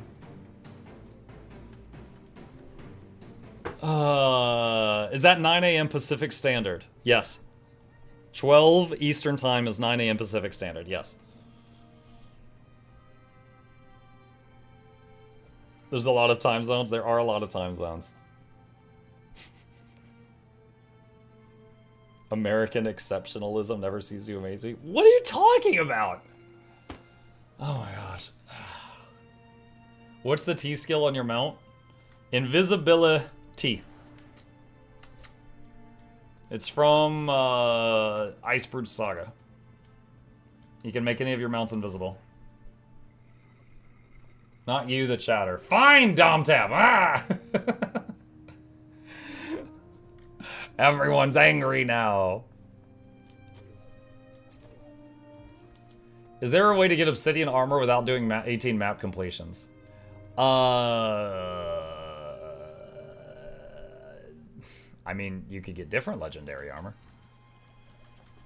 Obsidian armor takes a lot of time, but it can be acquired completely solo. Whereas, like, raid armor takes way less time, but you gotta find 9 other competent people to do it with you.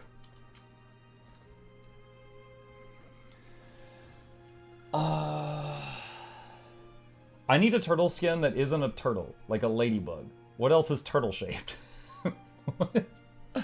A tank. Someone redeemed wizard hat.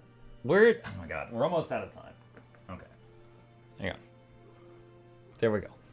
I'll do this for a bit, and then we gotta wrap up.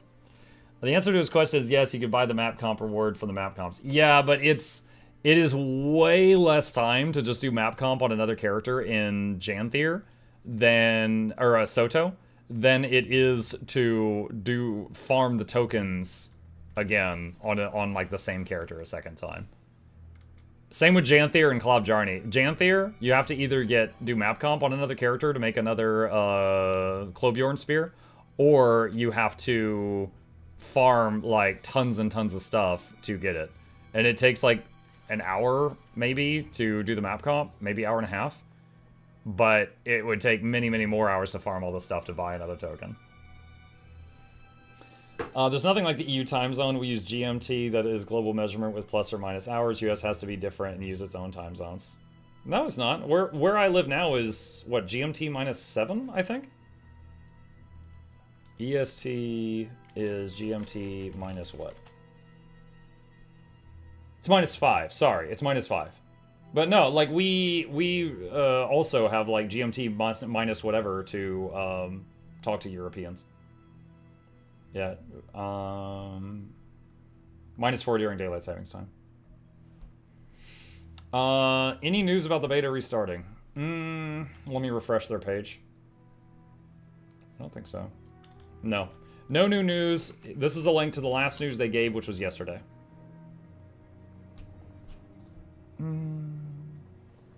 So no, nothing new from there. All right, last questions. Then I gotta wrap it up for now. I just have multiple city clocks on my phone for each region. Anyone get the sorry something might have gone wrong, please try again later when they try to gift a sub? I don't do this Twitch thing often. Oh gosh, like Horus, thank you so much for trying. No, I don't know what issue you're having right now. Don't push production on Fridays. Yeah, probably not. That is not a great thing. Yeah, at this point, I kind of doubt they would start the beta again now, because if they started the beta now and something bad happened over the weekend, they would have to come in on their day off to deal with it. So we're probably going to be waiting until Monday at least. I think it was Mighty Teapot said it looks like the beta won't be back until Monday or Tuesday. I would say Monday minimum. That's probably a safe guess. Because, as someone in chat just said, pushing to production on a Friday is pretty dumb in the tech world. Because then you've got, possibly, you have to deal with the fallout of that over the weekend. I've never heard US citizens using GMT. So, I mean, so Zlotty, for the most part, if a US citizen is talking to another US citizen, there's no need, right? Like, I know that, like, I'm in Eastern time. I know Central is 1 hour behind me, Mountain is 2 hours behind me, and Pacific time is 3 hours behind me. That is what's necessary for 99% of the conversations I have with other Americans when I'm talking about time zones, right? Like, you know, like, oh yeah, I'm doing this at noon. Oh, what time is that Pacific? Oh, -3, 9, it's 9. That's it. But if I'm doing it with like European time zones, I gotta, it's not in my memory, so I gotta like pull up the Google thing really fast to remind myself, like, okay, this guy's in Spain, Spain is this, I'm here, carry the 1, okay. So it's just, it's not memorized for me, so. Why would a God-fearing American ever even want to talk to a European anyway? Yeah, I mean, it could be worse, they could be French, Get push force on Friday 3 p.m. and then run and let the world burn.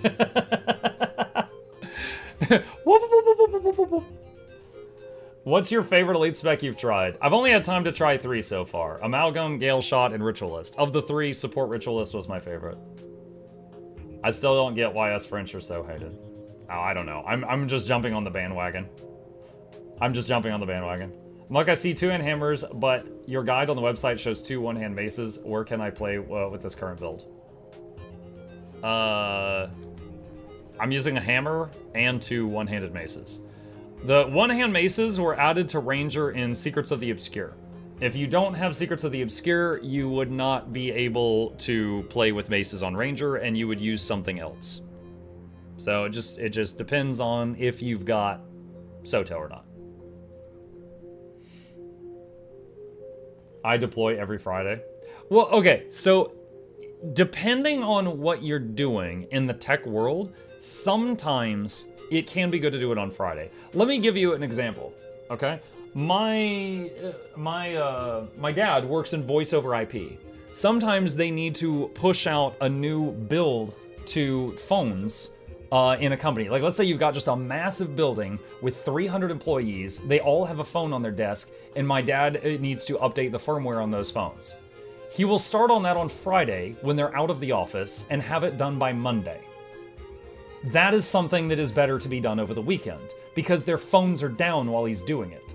If he does that during the week, it would mess up their work week considerably. So he does that on Friday, Saturday, Sunday, and then he gets a few days off during the week to make up for it, right? There are things in the tech world where you would do it over the weekend. But if you're doing a beta test and things could explode, you want to be in the office to fight the explosions. So if you start the beta test on a Friday and it explodes on Sunday, you don't want to have to come into the office. That's your day off. So yeah, you would do that during the week and just tell people what's going on. And then comes HR telling him not to work overtime on the weekend. Oh, no, his company abuses him. HR doesn't care. Is there a Mukluk that goes outside con fund that Bezos can't steal from? Patreon or just a direct donation if you wish to do that. Patreon is one of the best ways to support the stream if you are interested in doing that, or just donos if you wish to do that. But anything is helpful, and I appreciate it. Why don't you just quit Guild Wars 2? There's nobody toxic playing the game. It's too friendly. I like friendly people. There's like over 1,000 friendly people here. I'm good. I started coming in on nights and weekends years ago. Crunch time show problem in management. It can, yeah. Let's see. Let him do like that one big balance change they did like on a Friday and everything went to hell and it was unplayable till Monday. Ugh. I'm friendly unless you're my world v world enemy. Fair enough. Then you're lunch meat. Does Patreon even have once-offs or just subscribe monthly? I don't like to commit, sorry. No, you're fine. So like Chorus, if you're doing something on Patreon, you can, become a patron for a month and then immediately cancel it and it just does the one charge. If you become a patron and you just leave it, it does a monthly charge for whatever plan you did. So like if you're like, I want to be a patron for $3 a month, it would charge you $3 every month on the same day that you did it on. So if you did it on January 1st, then on the 1st of every month, it would charge you $3 or whatever. So you can leave it running like that, and some people do that, and other people will just come in and be really generous for 1 month and then dip. Just whatever works for you. How do you keep your pet alive while in open world? I'm fighting a champion and my pet keeps dying. So it depends on the pet. Let me give you an example. Of the ranger pets, they did have different stats, okay? Your cats and your birds, those are berserker gear. They are glass cannons. Same with the Iboga. Bears, stupid amount of hit points. They are very, very tough. Drakes have decent armor. So do Devourers. So they're a bit tankier. So your heal goes a longer way on them. So if you are trying to fight something tough in open world and your pet is tanking for you and it keeps dying, maybe use a tankier pet. Also, another random tip, if you are a soul beast in open world, anytime you merge and unmerge, it reses your pet. And that's a 10-second cooldown. So you can play a soul beast and use a tanky pet and then also have the ability to res it every 10 seconds. That alone, you can take down some really big mobs. Because you've got a pocket tank and you've got a essentially revive on a 10-second cooldown. So, that is sometimes useful if you just want to have an open world build that just has, keep this stuff off me. Now, obviously, if you're going to join group content, having a giant damage sponge pet that does no damage is not very useful, and you would swap it for something else. Maybe switch back to the cat if you're in a group. But that's just, a useful tip for when you're on your own. Let's see. I think that is everything. Luminary was fun. I haven't gotten a chance to try Luminary yet. I did Ritualist and Amalgam. The Gale Shot video should go out tomorrow, I believe, unless there's any problems with it. I'm going to be checking it after I end the stream in just a minute. And then, as soon as the beta starts again, the other 6 classes, Elite Specs, I aim to try. Antiquary is the very last one, because I'm the least interested in that. Oh, new build available, y'all. There's a new patch. Well, in any case, chat, with that, our time together comes to a close. Thank you guys so much for joining me today. I am out of time. I got some life stuff, some YouTube videos to make, things like that. A couple of quick plugs. If you happen to be new to my channel, my name is Muck. I stream every evening and every weekday morning. I will be back later tonight for more Guild Wars 2 in about 5 hours. And tomorrow is a very special day off schedule. I'll be streaming from 12 noon to 12 midnight tomorrow. It is a birthday stream. I'll be here all day. Lots of Guild Wars 2, lots of giveaways. I got like 7 copies of Visions of Eternity to give away. I have got 2 legendaries to give away. I've got like 20 or 30 gem codes to give away. I've got a bunch of infusions to give away. There's going to be a lot of free stuff. So if you want to stop by, hang out, enjoy the company, and just possibly win some free stuff, tomorrow's your day. On Sunday, I'll be poor again, so everybody's going to be gone on Sunday. Also, the drops will still be going, just for my birthday. They turn drops on for my birthday. As always, follow me on Twitch, subscribe to the YouTubes. There's links to both in the chat. And here's a link to the Patreon if you want to be a supporter. Cannot do what I do without their help, and I thank them very much. And with that, because there is people AFK farming drops, and I want to do them a service, I am going to raid somebody else. Let me see who is live right now. Is Laura on time today? I try to get Laura once a week. If she's on time, I'll raid her. Oh yeah, she's live. That was perfect. I tuned in just in time to get the answer to my question. Oh yeah. Okay. All right, I am going to reward her for actually waking up on time, which is something I barely did this morning. All right, chat, rating Laura, say hi, prepare your Mukluk raid emotes. I'll see you over there. And again, I'll be back tonight, or you can join us for the party tomorrow. Y'all take care now. See ya. Right? Like, if you're, like, basically, like, you bring, like, 10 characters to a bull